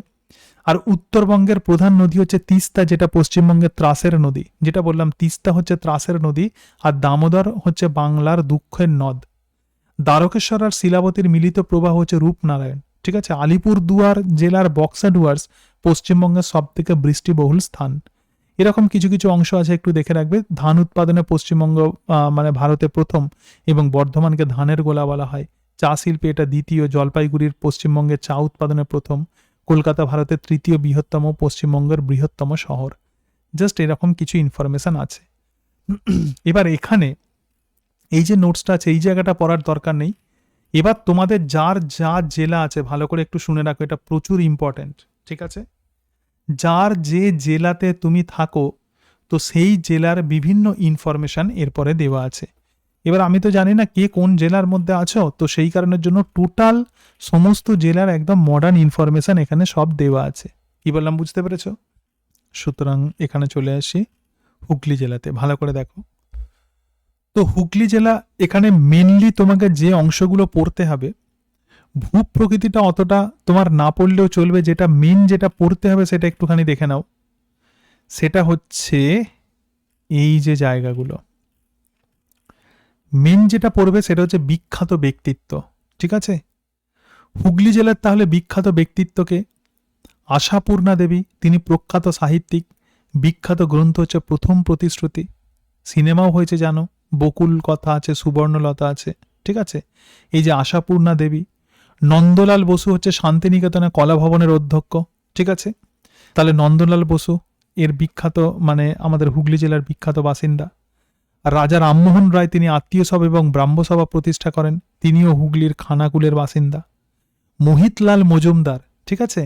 সেই যে একটা কবিতা আমরা পড়েছিলাম না মোহিতলাল মজুমদারের, সুতরাং বিখ্যাত প্রাবন্ধিক, কবি এবং সাহিত্যিক ছিলেন, ঠিক আছে?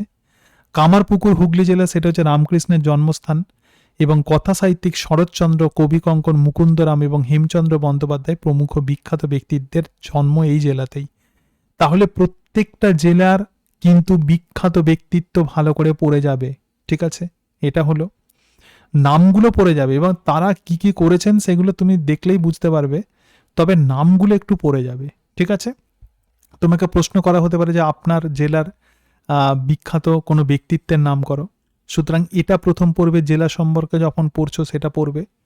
তার সাথে সাথে যে জায়গাটা পড়বে এই যে বিখ্যাত স্থান, এই দুটো জায়গা ভালো করে পড়বে। যেমন আমাদের হুগলি জেলায় বিখ্যাত স্থান আছে ইমামবাড়া আছে, শরৎচন্দ্র চট্টোপাধ্যায়ের জন্মস্থান দেবানন্দপুর, হাজী মোহাম্মদ মহসিনের জন্মস্থান হুগলি, কবি হেমচন্দ্র বন্দ্যোপাধ্যায়ের জন্মস্থান রাজবলহাট, আশাপূর্ণা দেবীর জন্মস্থান হচ্ছে বেগমপুর, ঠিক আছে?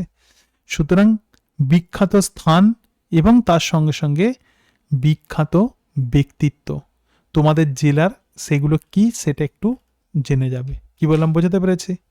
ঠিক আছে? যেমন ধরো কেউ কোনো একটা জেলার আছো, যেমন ধরো নদিয়া জেলা, তাহলে নদিয়া জেলায় এখানে দেখো বিখ্যাত দর্শনীয় স্থান আছে কোনটা, ঠিক আছে? কৃত্তিবাস ওঝার জন্মস্থান ফুলিয়া, মায়াপুরের ইস্কন মন্দির আছে, কৃষ্ণনগরের মাটির পুতুল, রামতনু লাহিড়ী ও দ্বিজেন্দ্রলাল রায়ের জন্মস্থান। এবং বিখ্যাত ব্যক্তিত্ব দেখো রাজশেখর বসু, পরশুরাম, ঠিক আছে? রামায়ণ মহাভারত, দ্বিজেন্দ্রলাল রায়, দীনবন্ধু মিত্র, কৃত্তিবাস ওঝা, বাংলা ভাষায় রামায়ণ রচনা করেছিলেন শ্রীচৈতন্যদেব, ঠিক আছে? তাহলে এরা হচ্ছেন নদিয়া জেলার বিখ্যাত ব্যক্তিত্ব। তাহলে বিখ্যাত স্থান এবং বিখ্যাত ব্যক্তিত্ব এই জায়গাগুলো কিন্তু পড়ে যেতেই হবে। এগুলো নিয়েই প্রধানত আমাদের সমস্ত জেলাগুলো আছে। এবার যে যে জেলার সেই জেলায় একটু দেখে নেবে, ঠিক আছে? কি বললাম বোঝাতে পেরেছি? এগুলো আমি আর পড়ছি না, ঠিক আছে? দেখো বুঝতে পারছো তো? ঠিক আছে, আচ্ছা। এইবারে পশ্চিমবঙ্গের প্রথম মন্ত্রিসভা, প্রথম মুখ্যমন্ত্রী ডক্টর প্রফুল্ল ঘোষ, শিক্ষামন্ত্রী প্রথম সুরেশচন্দ্র ব্যানার্জি হয়ে গেল। পশ্চিমবঙ্গের প্রথম পুরুষ একটু দেখে নাও, প্রথম জ্ঞানপীঠ আর একাডেমি পুরস্কার কে পেয়েছিলেন? তারাশঙ্কর বন্দ্যোপাধ্যায়। প্রথম ভারতরত্ন পেয়েছিলেন ডক্টর বিধানচন্দ্র রায়। প্রথম নির্বাচন কমিশনার সুকুমার সেন। এত ডিটেলসে না পড়লেও প্রথম নির্বাচন কমিশনার সুকুমার সেন, এটা পরীক্ষাতে অনেক সময় জিজ্ঞেস করা হয়, ঠিক আছে? এইটা একটুখানি পড়ে যাবে। তারপরে দেখো পশ্চিমবঙ্গের প্রথম মহিলা, যারা মহিলা আছো তাদেরকে কিন্তু এখান থেকে প্রশ্ন করা হয়। প্রথম শহীদ হয়েছিলেন কিন্তু মাতঙ্গিনী হাজরা। প্রথম জ্ঞানপীঠ পুরস্কার পেয়েছিলেন আশাপূর্ণা দেবী। প্রথম রাজ্যপাল সরোজিনী নাইডু। প্রথম লেনিন শান্তি পুরস্কার হচ্ছে অরুণ আসফ আলী। আর প্রথম এমএ হচ্ছেন চন্দ্রমুখী বসু। জাস্ট পশ্চিমবঙ্গের প্রথম মহিলা, তোমরা যারা মহিলা আছো এটা একটু পড়ে যাবে ভালো করে, ঠিক আছে? তো এইগুলোই প্রধানত পড়তে হবে, ব্যাস এইটাই। সুতরাং প্রথমে তুমি ইন্ডিয়া সম্পর্কে পড়ছো, আমাদের ভারতবর্ষের জাতীয় পতাকা, তার সঙ্গে সঙ্গে ন্যাশনাল সং অ্যানথেম এগুলো বললাম, তার সঙ্গে সঙ্গে ন্যাশনাল সিম্বল বললাম। তারপরে ওয়েস্ট বেঙ্গল সম্পর্কে একটু আইডিয়া রাখো, ওয়েস্ট বেঙ্গলের চতুর্সীমা ইত্যাদি এগুলো পড়লে। তারপরে আমি বারবার বলছি জেলা কিন্তু ভালো করে পড়ে যাবে, আলিপুর দুয়ার, ঠিক আছে, 2014 সালে তার জন্ম, ঠিক আছে। তাহলে দেখো এখানে কি আছে, কয়েকটা নদীর নাম ছেড়ে দাও, এখানে অভয়ারণ্য আছে, জলদাপাড়, আচ্ছা এখানে দেখো দর্শনীয় স্থান, ঠিক আছে। তাহলে নবগঠিত আলিপুর দুয়ার দর্শনীয় অনেক স্থান আছে, ব্যাঘ্র প্রকল্পের বিভিন্ন প্রাণী আছে, ঠিক আছে। এই দর্শনীয় স্থানটাই মেনলি ইম্পর্টেন্ট, ঠিক আছে। তো এইগুলোই প্রধানত মেন ইম্পর্টেন্ট জায়গা, তো এইগুলো ভালো করে একটু আমাদেরকে পড়ে যেতে হবে, এটা হলো, ঠিক আছে। এরপরে আরও একটা অংশতে আমরা চলে যাই, তো সেটা হচ্ছে আমাদের পলিটিক্যাল সায়েন্সে চলে যাই একটু, ভারতীয় শাসন ব্যবস্থা, ঠিক আছে। আচ্ছা এখানে চলে আসি, দেখো এটা একটু বুঝতে হবে, হ্যাঁ, পলিটিক্যাল সায়েন্স, সায়েন্সের মতো। এইবারে আচ্ছা আমাদের কতগুলো নির্বাচন হয় বলতে পারবে, কতগুলো ইলেকশন হয় বর্তমানে? এসআইআর হচ্ছে, এসআইআর সম্পর্কেও নোটস দেওয়া আছে তোমাদের, বলতে পারবে কতগুলো নির্বাচন হয়?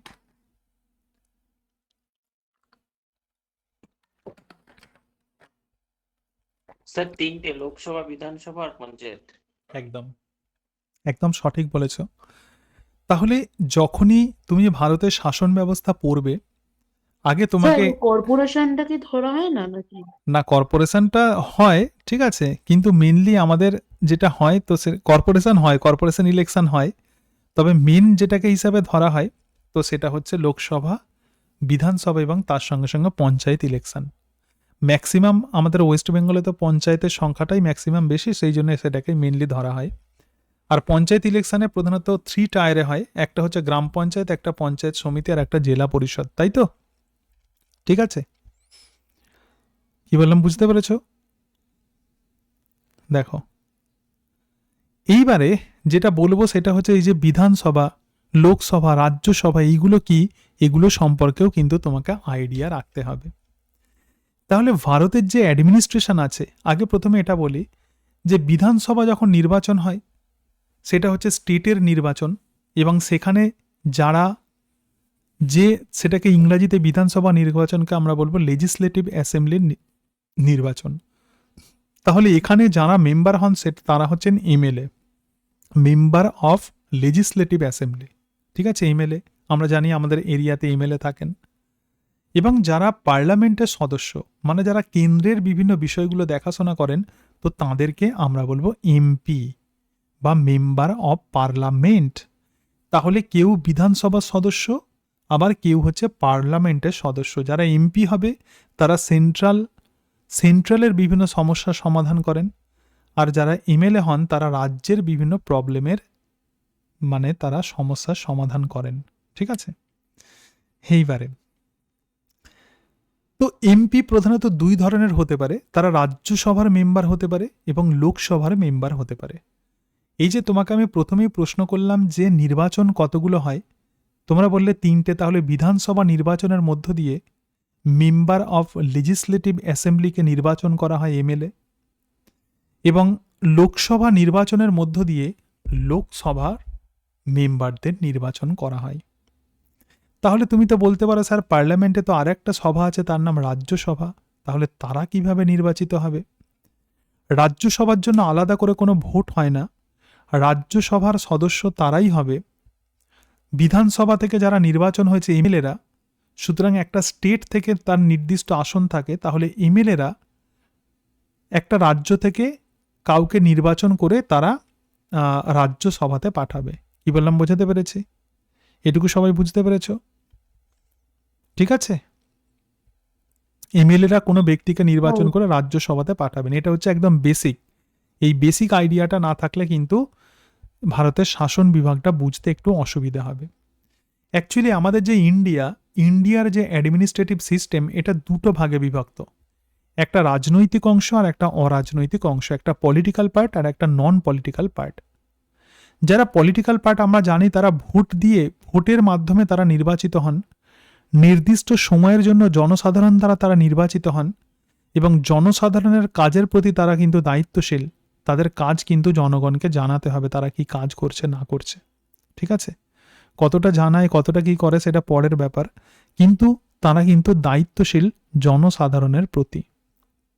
আর অরাজনৈতিক অংশ কোনটা? এদেরকে আমলা বলা হয়। আমরা বলি না আমলা, তাহলে অরাজনৈতিক অংশ হচ্ছে আমলা। তারা ইউপিএসসি পরীক্ষার মাধ্যমে, যেমন আইএএস, আইপিএস, আইএফএস পরীক্ষার মধ্য দিয়ে তারা প্রধানত নির্বাচিত হন, কিন্তু এদের অনির্দিষ্ট সময়কাল মানে রিটায়ার্ড হওয়া পর্যন্ত এরা নির্বাচিত থাকেন। আর রাজনৈতিক অংশের প্রতি দায়িত্বশীল, ঠিক আছে? আইএএস অফিসাররা রাজনৈতিক ব্যক্তিত্বরা যা বলবে তাদেরকে প্রোটেকশন দেবে, তাদের প্রতি এরা দায়িত্বশীল। এটা আমাদের সংবিধানের বৈশিষ্ট্য। একজন ইউপিএসসি পরীক্ষায় পাস একজন ব্যক্তিত্ব, তাকে কি করতে হবে? পলিটিক্যাল যিনি নির্বাচন হয়েছেন তো তাকে সমস্ত রকমের প্রোটেকশন দেওয়া, সব কিছু করার জন্য রাজনৈতিক অংশের প্রতি তারা দায়িত্বশীল, ঠিক আছে? তাহলে দুটো অংশ আমরা দেখলাম, এটুকু বুঝতে পেরেছ? ক্লিয়ার?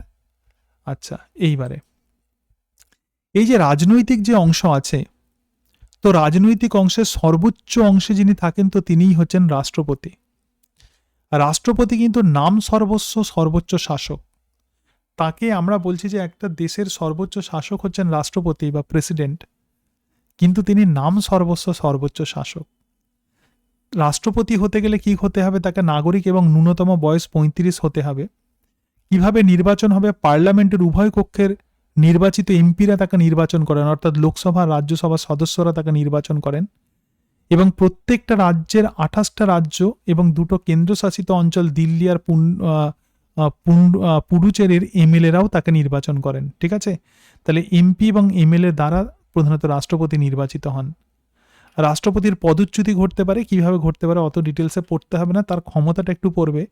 সর্বোচ্চ শাসন বিভাগীয় কর্তৃপক্ষ, বিভিন্ন চুক্তিপত্রে রাষ্ট্রপতি কিন্তু সই করবে, এবং প্রতিরক্ষা বাহিনীর সর্ব অধিনায়ক, সবাইকে তিনি নিয়োগ করেন। প্রতিরক্ষা বাহিনীতে যত পদ আছে সবাইকে নিয়োগ করে, এবং রাজ্যে শাসনতান্ত্রিক অচল অবস্থা ঘোষণা করার ক্ষমতা আছে। 356 নম্বর ধারা অনুযায়ী সংবিধানে রাজ্য যে অচল অবস্থা তৈরি হয়েছে তো সেটা ঘোষণা করার কিন্তু তার ক্ষমতা আছে, ভাবো, ঠিক আছে? এবং তার সঙ্গে সঙ্গে অর্থনৈতিক জরুরি অবস্থা ঘোষণা করতে পারে 360 নম্বর ধারা অনুযায়ী। তাহলে বর্তমানে আমাদের ভারতবর্ষের রাষ্ট্রপতিকে দ্রৌপদী মুর্মু, 2025 সালে হয়ে গেল রাষ্ট্রপতি। কিভাবে নির্বাচিত হন আমরা দেখলাম, ক্ষমতাটা আমরা দেখলাম।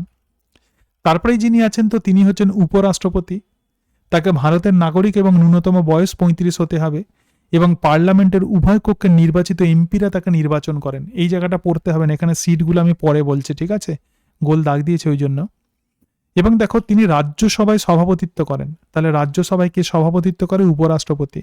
রাজ্যসভার তাহলে সভাপতিত্ব কে করবেন? উপরাষ্ট্রপতি।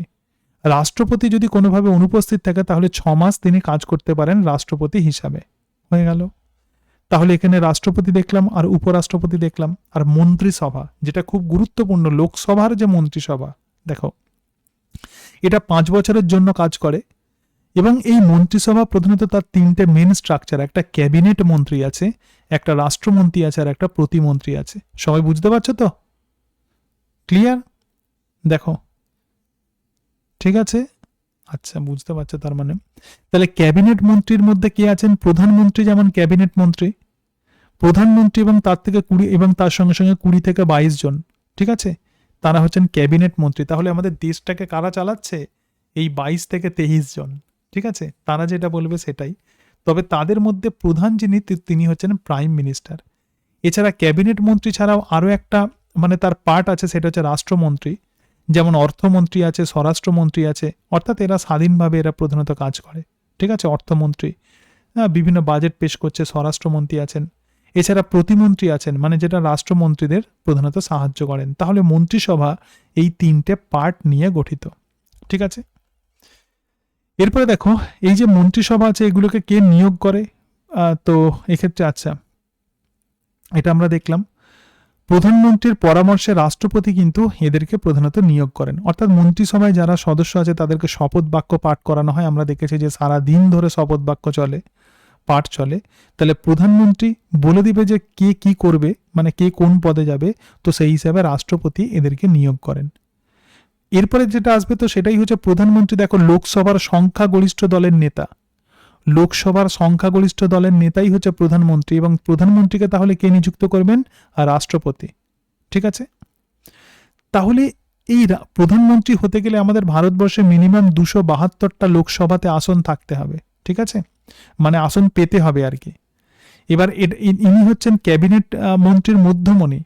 আর্টিকেল 75-এ তার নিয়োগের কথা বলা আছে এবং ন্যূনতম বয়স 25 বছর হতে হবে। তাহলে লোকসভার সংখ্যাগরিষ্ঠ দলের নেতা এবং রাষ্ট্রপতি দ্বারা নিযুক্ত হন যিনি, তো তিনিই হলেন প্রধানমন্ত্রী। সুতরাং কেন্দ্রীয় আইনসভাকে যদি আমরা দেখি, তাহলে এইবার এই জায়গাটা পড়বে, কেন্দ্রীয় আইনসভা 3টে অংশ নিয়ে গঠিত, একটা রাষ্ট্রপতি, একটা রাজ্যসভা আর একটা লোকসভা। আমরা মেনলি এখনো পর্যন্ত লোকসভা এবং রাষ্ট্রপতিতে আমরা ফোকাস থেকেছি, রাজ্যসভাটা এখনো বলিনি। তাহলে প্রথমে দেখো রাষ্ট্রপতি এবং লোকসভা। তাহলে লোকসভার সভাপতিকে আগেই বলেছি উপরাষ্ট্রপতি। ঠিক আছে, ক্লিয়ার? আর রাজ্যসভা দেখো, রাজ্যসভার সভাপতি যিনি, তিনি হচ্ছেন রাজ্যসভার অধ্যক্ষ। একজন নির্দিষ্ট অধ্যক্ষ বা স্পিকার থাকেন। এটুকু বুঝতে পেরেছ তো? ঠিক আছে, এবার দেখো এরপরে আমরা যেটা দেখব সেটা হচ্ছে যে রাজ্যসভা এবং লোকসভায় মোটামুটি কতগুলো সিট থাকে, তো সেই বিষয়টা আমরা দেখব। রাজ্যসভা যেটা, আচ্ছা আগে লোকসভাটা বলে দিই। তাহলে লোকসভায় মানে হাউস অফ পিপল, তো এটাকে নিম্নকক্ষ বলা হয়। যদিও ভোটের মধ্য দিয়ে, লোকসভা নির্বাচনের মধ্য দিয়ে এই এমপিরা নির্বাচিত হন, রাজ্যসভা এবং লোকসভা দুটো সদস্যকেই কিন্তু আমরা এমপি বলবো, কারণ এরা কেন্দ্রীয় আইনসভার অন্তর্গত, পার্লামেন্টের তারা মেম্বার। ঠিক আছে, তাহলে এই যে হাউস অফ পিপল বা লোকসভা আছে, এখানে আমাদের সংবিধান অনুযায়ী 552টা আসনের বেশি কিন্তু আসন থাকলে হবে না। তাহলে বর্তমানে কতগুলো আসন আছে? 545টা আসন আছে। তাহলে লোকসভাতে বর্তমানে কতগুলো আসন আছে? 545। ঠিক আছে, তাহলে তার হাফ করে দাও, এখানে কত হবে? 272। তাহলে মিনিমাম 272টা আসন পেলে তবেই কিন্তু সেই মানে পার্টি থেকে প্রধানত প্রধানমন্ত্রী নির্বাচন হবে। ঠিক আছে, তাহলে এই যে 545 আছে, এই 545কে আবার দুটো ভাগে ভাগ করা যায়, একটা 543+2, এই +2টা আমি বলছি পরে। আবার এই যে 543 আছে, এটাকে 530+13 বলা হচ্ছে। ঠিক আছে, আগে এই জায়গাটা ব্যাখ্যা করি। তাহলে দেখো সংবিধান স্বীকৃত আসন কতগুলো? 552টা, কিন্তু বর্তমানে কতগুলো আসন আছে আমাদের লোকসভাতে? 545টা। ঠিক আছে, তার মধ্যে আবার 543+2 আছে, এটাকে ভাগ করছি, আবার 543, আবার 530+13। এবার এটা একটুখানি দেখো, লোকসভা বলছে সংবিধান নির্দিষ্ট আসন হচ্ছে 552 জন। 2026 সাল পর্যন্ত এই আসন অপরিবর্তিত থাকবে। ঠিক আছে, এটা হচ্ছে সংবিধান স্বীকৃত, কিন্তু বর্তমান আসন তাহলে কতগুলো? 545টি। এবং এই যে 545টা আছে, তার মধ্যে 543 জন প্রধানত লোকসভা নির্বাচনের মধ্য দিয়ে আসে, কিন্তু বাকি দুজন মনোনীত। রাষ্ট্রপতি এদেরকে নির্বাচন করেন, অর্থাৎ দুজন ইঙ্গ ভারতীয় সম্প্রদায়। এরা কোনোভাবে ভোটের মধ্য দিয়ে আসে না। রাষ্ট্রপতি যাকে মনে হবে লোকসভার মেম্বার করবে, তো তাকে লোকসভার মেম্বার করে। ঠিক আছে, ক্লিয়ার? এটা সবাই বুঝতে পেরেছ? ক্লিয়ার? দেখো যদি অসুবিধা হয় বলবে। ক্লিয়ার তো? আচ্ছা, বুঝতে পেরেছ। এবং লোকসভার সদস্য হতে গেলে ন্যূনতম বয়স 25 বছর হতে হবে, কার্যকাল হচ্ছে 5 বছর। আর এখানে একটা শব্দ আছে কোরাম, ছেড়ে দাও, এত ডিটেলসে পড়তে হবে না, শুধুমাত্র তুমি এই সংখ্যাটা একটু মাথায় রাখবে। ঠিক আছে, আর 543, তাহলে 543 এবং 500 এখানে +2, এই দুটো সংখ্যা আমরা পেয়ে গেলাম। এরপরে আচ্ছা, এবার এটা আমরা দেখলাম লোকসভা। এবার দেখো রাজ্যসভা। তাহলে রাজ্যসভায় কতগুলো আসন আছে? 545টা। ঠিক আছে, সরি 245টা। রাজ্যসভায় কতগুলো আসন আছে? 245। কিন্তু সংবিধান অনুযায়ী কতগুলো আসন থাকবে? 250টা। ঠিক আছে, কিন্তু বর্তমানে কতগুলো আছে? 245। ঠিক আছে, এটা হচ্ছে স্থায়ী কক্ষ। তার মানে কি? এক্ষেত্রে দেখো আগে যেমন 5 বছর অন্তর অন্তর পুরো টোটাল চেঞ্জ হয়ে যায়, এখানে কিন্তু এটা স্থায়ী কক্ষ। প্রত্যেক 2 বছর অন্তর অন্তর 1/3 অংশ সদস্য অবসর নেন। মানে রাজ্যসভায় 2 বছর থাকলো, থেকে 1/3 ভাগ অবসর নেবে, আবার অন্যজন আসবে। ঠিক আছে, তো তাকে নির্বাচন করবে প্রধানত এমএলএরা রাজ্য থেকে পাঠাবে। তাহলে এই যে 245 আছে, এই 245কে আবার 233+12 এই হিসাবে রাখা হয়েছে। ঠিক আছে, কেন এটাকে এইভাবে রাখা হয়েছে? দেখো 245টা যে রাজ্যসভায় আসন আছে, তার মধ্যে 36টি যে আসন আছে এটা রাজ্য আর কেন্দ্রশাসিত অঞ্চল থেকে নির্বাচনের মাধ্যমে মানে বিধানসভা সদস্যরা তারা ঠিক করে দেবে যে কারা রাজ্য এবং কেন্দ্রশাসিত অঞ্চল থেকে রাজ্যসভার সদস্য হবে, ঠিক আছে। আর 12 জন যে আছে সেই 12 জনকে প্রধানত রাষ্ট্রপতি নিয়োগ করেন। প্রধানত এই যে 12 জন আছেন তারা কোনো বিজ্ঞান, শিল্প, সাহিত্য মানে ভালো ভালো লোকেদেরকে এখানে রাখা হয় রাজ্যসভাতে, ঠিক আছে। এটা হচ্ছে উচ্চকক্ষ আর লোকসভা হলো নিম্নকক্ষ। আর একটা বাড়াবে তো ঠিক আছে, আচ্ছা এটা হয়ে গেল। ঠিক আছে না, তোমার হয়ে গেল দাও, হুম, এটা পচে পচে প্রিন্ট আউট করে দেবে, কালকে ঠিক আছে। স্কুলে নিয়ে যাবো। ঠিক আছে, আচ্ছা তাহলে এই বিষয়টা আমরা দেখলাম। এবার দেখো তাহলে রাষ্ট্রপতি, দেখো সুপ্রিম কোর্টের প্রধান বিচারপতি রাষ্ট্রপতিকে শপথ বাক্য পাঠ করান, ঠিক আছে। তাহলে রাষ্ট্রপতিকে শপথ বাক্য পাঠ করাচ্ছেন কে? সুপ্রিম কোর্টের প্রধান বিচারপতি, ঠিক আছে। এবং রাজ্যসভার চেয়ারম্যান যেটা তোমাকে বললাম, তো তিনি হচ্ছেন উপরাষ্ট্রপতি, রাজ্যসভার চেয়ারম্যান। ভারতের প্রথম রাষ্ট্রপতি তাহলে কে ছিলেন? ডক্টর রাজেন্দ্র প্রসাদ, তিনি সব থেকে বেশি দিন রাষ্ট্রপতি থেকেছেন। ভারতের প্রথম মুসলিম রাষ্ট্রপতি হচ্ছেন ডক্টর জাকির হোসেন। ভারতের প্রথম মহিলা রাষ্ট্রপতি হচ্ছেন প্রতিভা পাটিল। আর ভারতের প্রথম উপরাষ্ট্রপতি হচ্ছে ডক্টর সর্বপল্লী রাধাকৃষ্ণন। আর প্রথম প্রধানমন্ত্রী হচ্ছেন জওহরলাল নেহেরু। আর প্রথম মহিলা প্রধানমন্ত্রী হচ্ছেন ইন্দিরা গান্ধী। আর নবীনতম প্রাইম মিনিস্টার হচ্ছেন রাজীব গান্ধী। 40 বছর বয়সে তিনি প্রধানমন্ত্রী হয়েছিলেন। এরপরে যেটা আছে সেটা হচ্ছে নিয়োগকর্তা। তাহলে রাষ্ট্রপতিকে কে নিয়োগ করে? সুপ্রিম কোর্টের প্রধান বিচারপতি। প্রধানমন্ত্রীকে কে নিয়োগ করে? রাষ্ট্রপতি। বিভিন্ন রাজ্যের রাজ্যপালকে কে নিয়োগ করে? রাষ্ট্রপতি। বিভিন্ন রাজ্যের মুখ্যমন্ত্রীকে কে নিয়োগ করে? রাজ্যপাল। এগুলো একটুখানি দেখে যাবে, ঠিক আছে, সবার জানা দরকার। সুপ্রিম কোর্টের প্রধান এবং অন্যান্য বিচারপতিকে কে নিয়োগ করে? রাষ্ট্রপতি। হাইকোর্ট তাহলে যখনই সেন্ট্রালে হয়ে যাচ্ছে তখন রাষ্ট্রপতি, আর যখন হচ্ছে তোমার এতে হচ্ছে আর কি হাইকোর্টে যখন হচ্ছে তখন সেটা রাজ্যপাল। এই জায়গাতে দেখো বিশ্বভারতী বিশ্ববিদ্যালয়ের উপাচার্যকে প্রধানমন্ত্রী, আর অন্যান্য বিশ্ববিদ্যালয়ের উপাচার্যকে আমাদের ওয়েস্ট বেঙ্গলের রাজ্যপাল, ঠিক আছে। সুপ্রিম কোর্টে দেখো কতজন? একজন প্রধান বিচারপতি থাকেন এবং অনধিক 25 জন প্রধানত বিচারক থাকেন। এবং এটা নয়াদিল্লিতে অবস্থিত। সুপ্রিম কোর্টের বিচারকদের অবসরের বয়স 65 বছর আর হাইকোর্টের হচ্ছে 62 বছর। তাহলে সুপ্রিম কোর্টে একজন প্রধান বিচারপতি আর 25 জন বিচারক থাকেন, তারাই সবকিছু প্রধানত বিচার ইত্যাদি করেন। তাহলে এই যে ব্যাপারগুলো এগুলো একটু আমাদেরকে মনে রাখতে হবে, ঠিক আছে। আচ্ছা তাহলে আমরা লোকসভা দেখলাম, রাজ্যসভা দেখলাম, তার সঙ্গে সঙ্গে আমরা রাষ্ট্রপতি দেখলাম, তার সঙ্গে সঙ্গে এখানে এটা দেখলাম, ঠিক আছে। বিভিন্ন বিষয়গুলো আমরা দেখলাম, ক্যাবিনেট মন্ত্রী ইত্যাদি এগুলো দেখলাম। এবার আমরা চলে আসবো বিধানসভা। দেখো এইটুকু সবার অসুবিধা নেই তো কারোর? বলবে আমাকে, ক্লিয়ার এটুকু? ঠিক আছে, আচ্ছা ঠিক আছে। তাহলে প্রথমে যেটা আমি প্রশ্ন করলাম যে কতগুলো নির্বাচন হয়, তোমরা বলে লোকসভা, বিধানসভা এবং তার সঙ্গে সঙ্গে পঞ্চায়েত। তাহলে এই যে লোকসভাতে কিভাবে নির্বাচন হয় এগুলো সব আমরা দেখলাম। তো লোকসভাতে যারা নির্বাচিত হয় সংখ্যাগরিষ্ঠ দলের ব্যক্তিত্বকেই প্রধানত প্রধানমন্ত্রী হিসেবে নির্বাচন করা হয়। আর রাজ্য যদি আমরা আইনসভা দেখি তাহলে রাজ্য আইনসভা 3টে অংশ নিয়ে গঠিত, একটা রাজ্যপাল, একটা বিধান পরিষদ এবং আরও একটা বিধানসভা, ঠিক আছে। কটা অংশ? রাজ্যপাল, বিধান পরিষদ এবং বিধানসভা। কিন্তু বিধান পরিষদকে বলা হয় উচ্চকক্ষ, যেরকমভাবে আমরা কেন্দ্রে যেমন দেখেছিলাম যে রাজ্যসভাকে উচ্চকক্ষ এবং লোকসভাকে নিম্নকক্ষ বলা হয়, তাহলে কোনো রাজ্যের বিধান পরিষদকে বলা হয় উচ্চকক্ষ আর বিধানসভাকে বলা হয় নিম্নকক্ষ। তাহলে আমাদের ওয়েস্ট বেঙ্গলে বিধান পরিষদে কতগুলো সদস্য আছে বলতে পারবে? ওয়েস্ট বেঙ্গলে বিধান পরিষদে বলতে পারবে? দেখো শুভেন্দু, শোনা যাচ্ছে? আমাদের ওয়েস্ট বেঙ্গলে বিধান পরিষদে তাহলে কতগুলো সদস্য আছে? কেউ একজন বলো, বলতে পারবে? আমাদের ওয়েস্ট বেঙ্গলে বিধান পরিষদে কোনো সদস্যই নেই। কেন? কারণ ওয়েস্ট বেঙ্গলে বিধান পরিষদের বিলুপ্তি ঘটেছে 1969 সালের মার্চ মাসে। তাহলে আমাদের যে 28টা যে রাজ্য আছে ভারতবর্ষে, সমস্ত রাজ্যে বিধান পরিষদ যে থাকতেই হবে সেরকম কিন্তু নয়। কিন্তু সমস্ত রাজ্যে বিধানসভা থাকবে, কিন্তু সব রাজ্যে কিন্তু বিধান পরিষদ মানে যে রাজ্যে বিধানসভা থাকবে সেখানে বিধান পরিষদও থাকবে। কিন্তু সমস্ত রাজ্যে কিন্তু বিধান পরিষদ নেই। তাহলে মাত্র 7টি রাজ্য আছে যেখানে বিধানসভা আর বিধান পরিষদ দুটোই আছে। কোন কোন রাজ্য?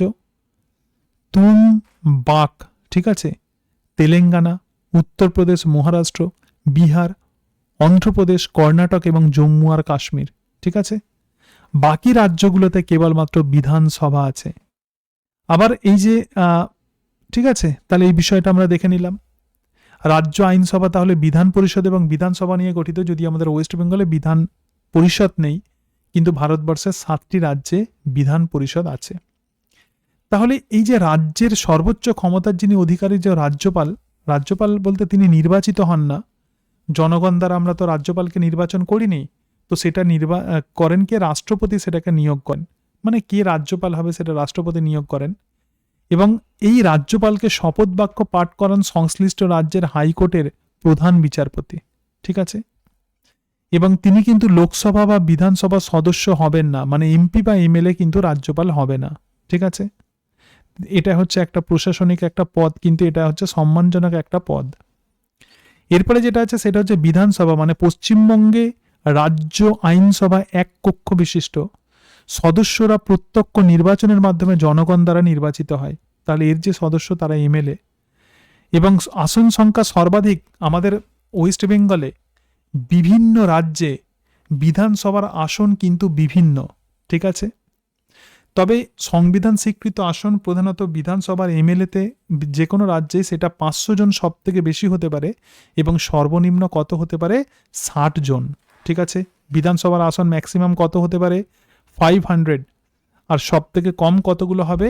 60টি, ঠিক আছে।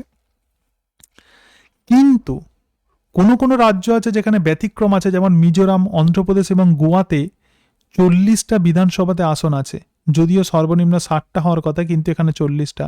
আর নাগাল্যান্ডে 46, বাকিগুলো তো সব 60টার বেশি, ঠিক আছে।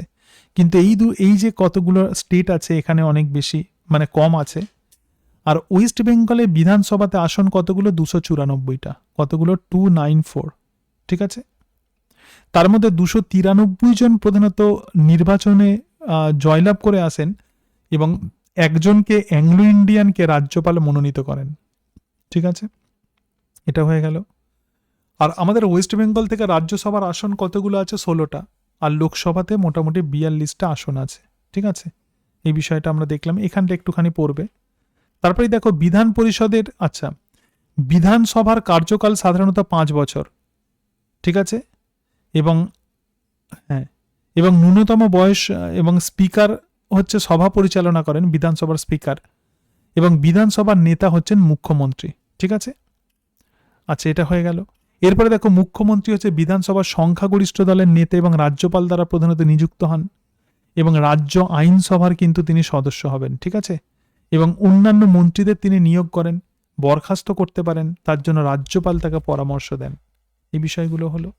তো এটাই হচ্ছে মোটামুটিভাবে আমাদের ভারতীয় শাসন ব্যবস্থা। এবার কিছু তোমরা অফিসিয়ালস বা ব্যক্তিত্বর কথা পড়বে, যেমন president Droupadi Murmu, vice president তখন ছিল জগদীপ ধনকর, তারপরে প্রাইম মিনিস্টার হচ্ছে নরেন্দ্র মোদী, ঠিক আছে। ডিফেন্স সেক্রেটারি হচ্ছে রাজেশ কে সিং, চিফ ইলেকশন কমিশনারকে গণেশ কুমার, ঠিক আছে, এখন chief election commissioner Ganesh Kumar. তারপরে হচ্ছে ইসরোর যে চেয়ারম্যান হচ্ছেন তিনি হচ্ছেন ডক্টর ভি নারায়ণন, ঠিক আছে। এটা একদম 2025-এর ডেটা থেকে দিয়েছে, ঠিক আছে। 18তম লোকসভার যে স্পিকার, তো তিনি হচ্ছেন Om Birla. Leader of the house in Rajya Sabha, তাহলে রাজ্যসভার প্রধানত লিডারকে জেপি নাড্ডা, ঠিক আছে। এছাড়া আরও বিভিন্ন বিষয় আছে যেগুলো ইম্পর্টেন্ট, সেগুলো আমি রাইট দিয়ে দিয়েছি। President, vice president, prime minister, chief election commissioner, তার সঙ্গে সঙ্গে এখানে এই যে ইসরো, তারপরে 18th লোকসভার স্পিকার, তারপরে leader of the house in Rajya Sabha হয়ে গেল। এবার কিছু ইম্পর্টেন্ট অংশ দেখে নাও। ভারতের প্রথম প্রধানমন্ত্রী জওহরলাল নেহেরু 1952, 1957 আর 1962 এই 3বার সাধারণ নির্বাচনে জয়লাভ করেন, এবং প্রধানমন্ত্রীত্বের সময়সীমায় নরেন্দ্র মোদী তাকে ছুঁয়ে ফেললেন, টানা 3য়বারের জন্য শপথ গ্রহণ করেন। মানে সব থেকে বেশি প্রধানমন্ত্রী ছিলেন জওহরলাল নেহেরু, এবং তার সঙ্গে সঙ্গে নরেন্দ্র মোদী। 2019 নির্বাচনে বিজেপি ব্যক্তিগতভাবে 303টি আসন নিশ্চিত করে, যা একক সংখ্যাগরিষ্ঠ 272-এর থেকে অনেক বেশি 2019 নির্বাচনে। এবারের এনডিএ জোটে ছেড়ে দেয়, এগুলো অত পড়ার দরকার নেই। মার্কিন যুক্তরাষ্ট্রের বর্তমান রাষ্ট্রপতি বা প্রেসিডেন্ট হচ্ছেন ডোনাল্ড ট্রাম্প, ঠিক আছে? তার রাজনৈতিক দল হচ্ছে রিপাবলিকান। তাহলে এই জায়গাটা একটু মাথায় রাখবে, কারণ এই মার্কিন যুক্তরাষ্ট্র যেহেতু আমাদের দেশের সঙ্গে রিলেটেড, তাহলে ডোনাল্ড ট্রাম্পকে সেটাও কিন্তু পড়তে হবে। তো এগুলোই জেনারেলি আমাদের বিভিন্ন মন্ত্রিসভা বা আইনসভা, ঠিক আছে? তাহলে এই অংশগুলো পড়বে। আমরা যেটা পড়লাম আজকে প্রধানত আমাদের জেনারেল নলেজ এগুলো, এছাড়া আর কিছু নয়। জাস্ট এরকম বেসিক কিছু জিনিস তোমাকে একটু দেখে যেতে হবে, ঠিক আছে? হয়তো এত কিছু প্রশ্ন করবে না, কিন্তু এগুলো প্রত্যেকের যেহেতু জানা দরকার, সাধারণ নলেজ। তুমি যেহেতু ইন্টারভিউ দিতে যাচ্ছ টিচারের, সুতরাং তোমার সাধারণ নলেজটা একটু ওনারা দেখলেও দেখতে পারেন, ঠিক আছে? একদম বেসিক নলেজ। এবার বলো, যদি কোনো অসুবিধা থাকে, কোনো কনফিউশন থাকে, তাহলে বলতে পারো। হয়ে গেছে? দাঁড়াও, ঠিক আছে? হয়ে গেছে তো?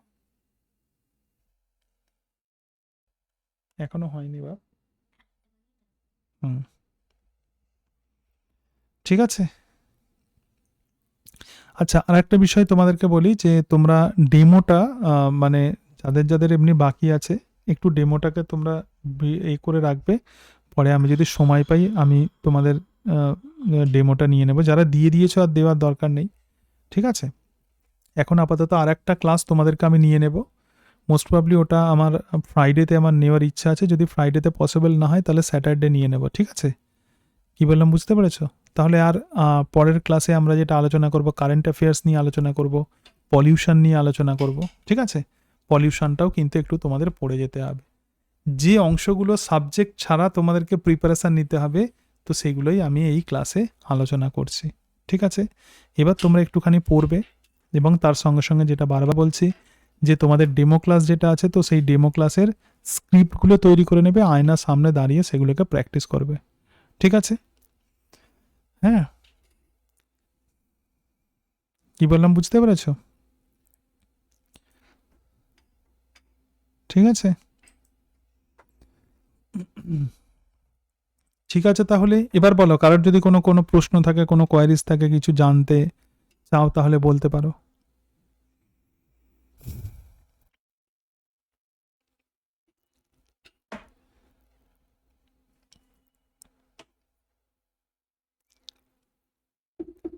ঠিক আছে, তাহলে আমি তাহলে আজকে ক্লাসটা শেষ করছি, ঠিক আছে? হ্যাঁ, ঠিক আছে। থ্যাংক ইউ, গুড নাইট, সবাই ভালো থেকো।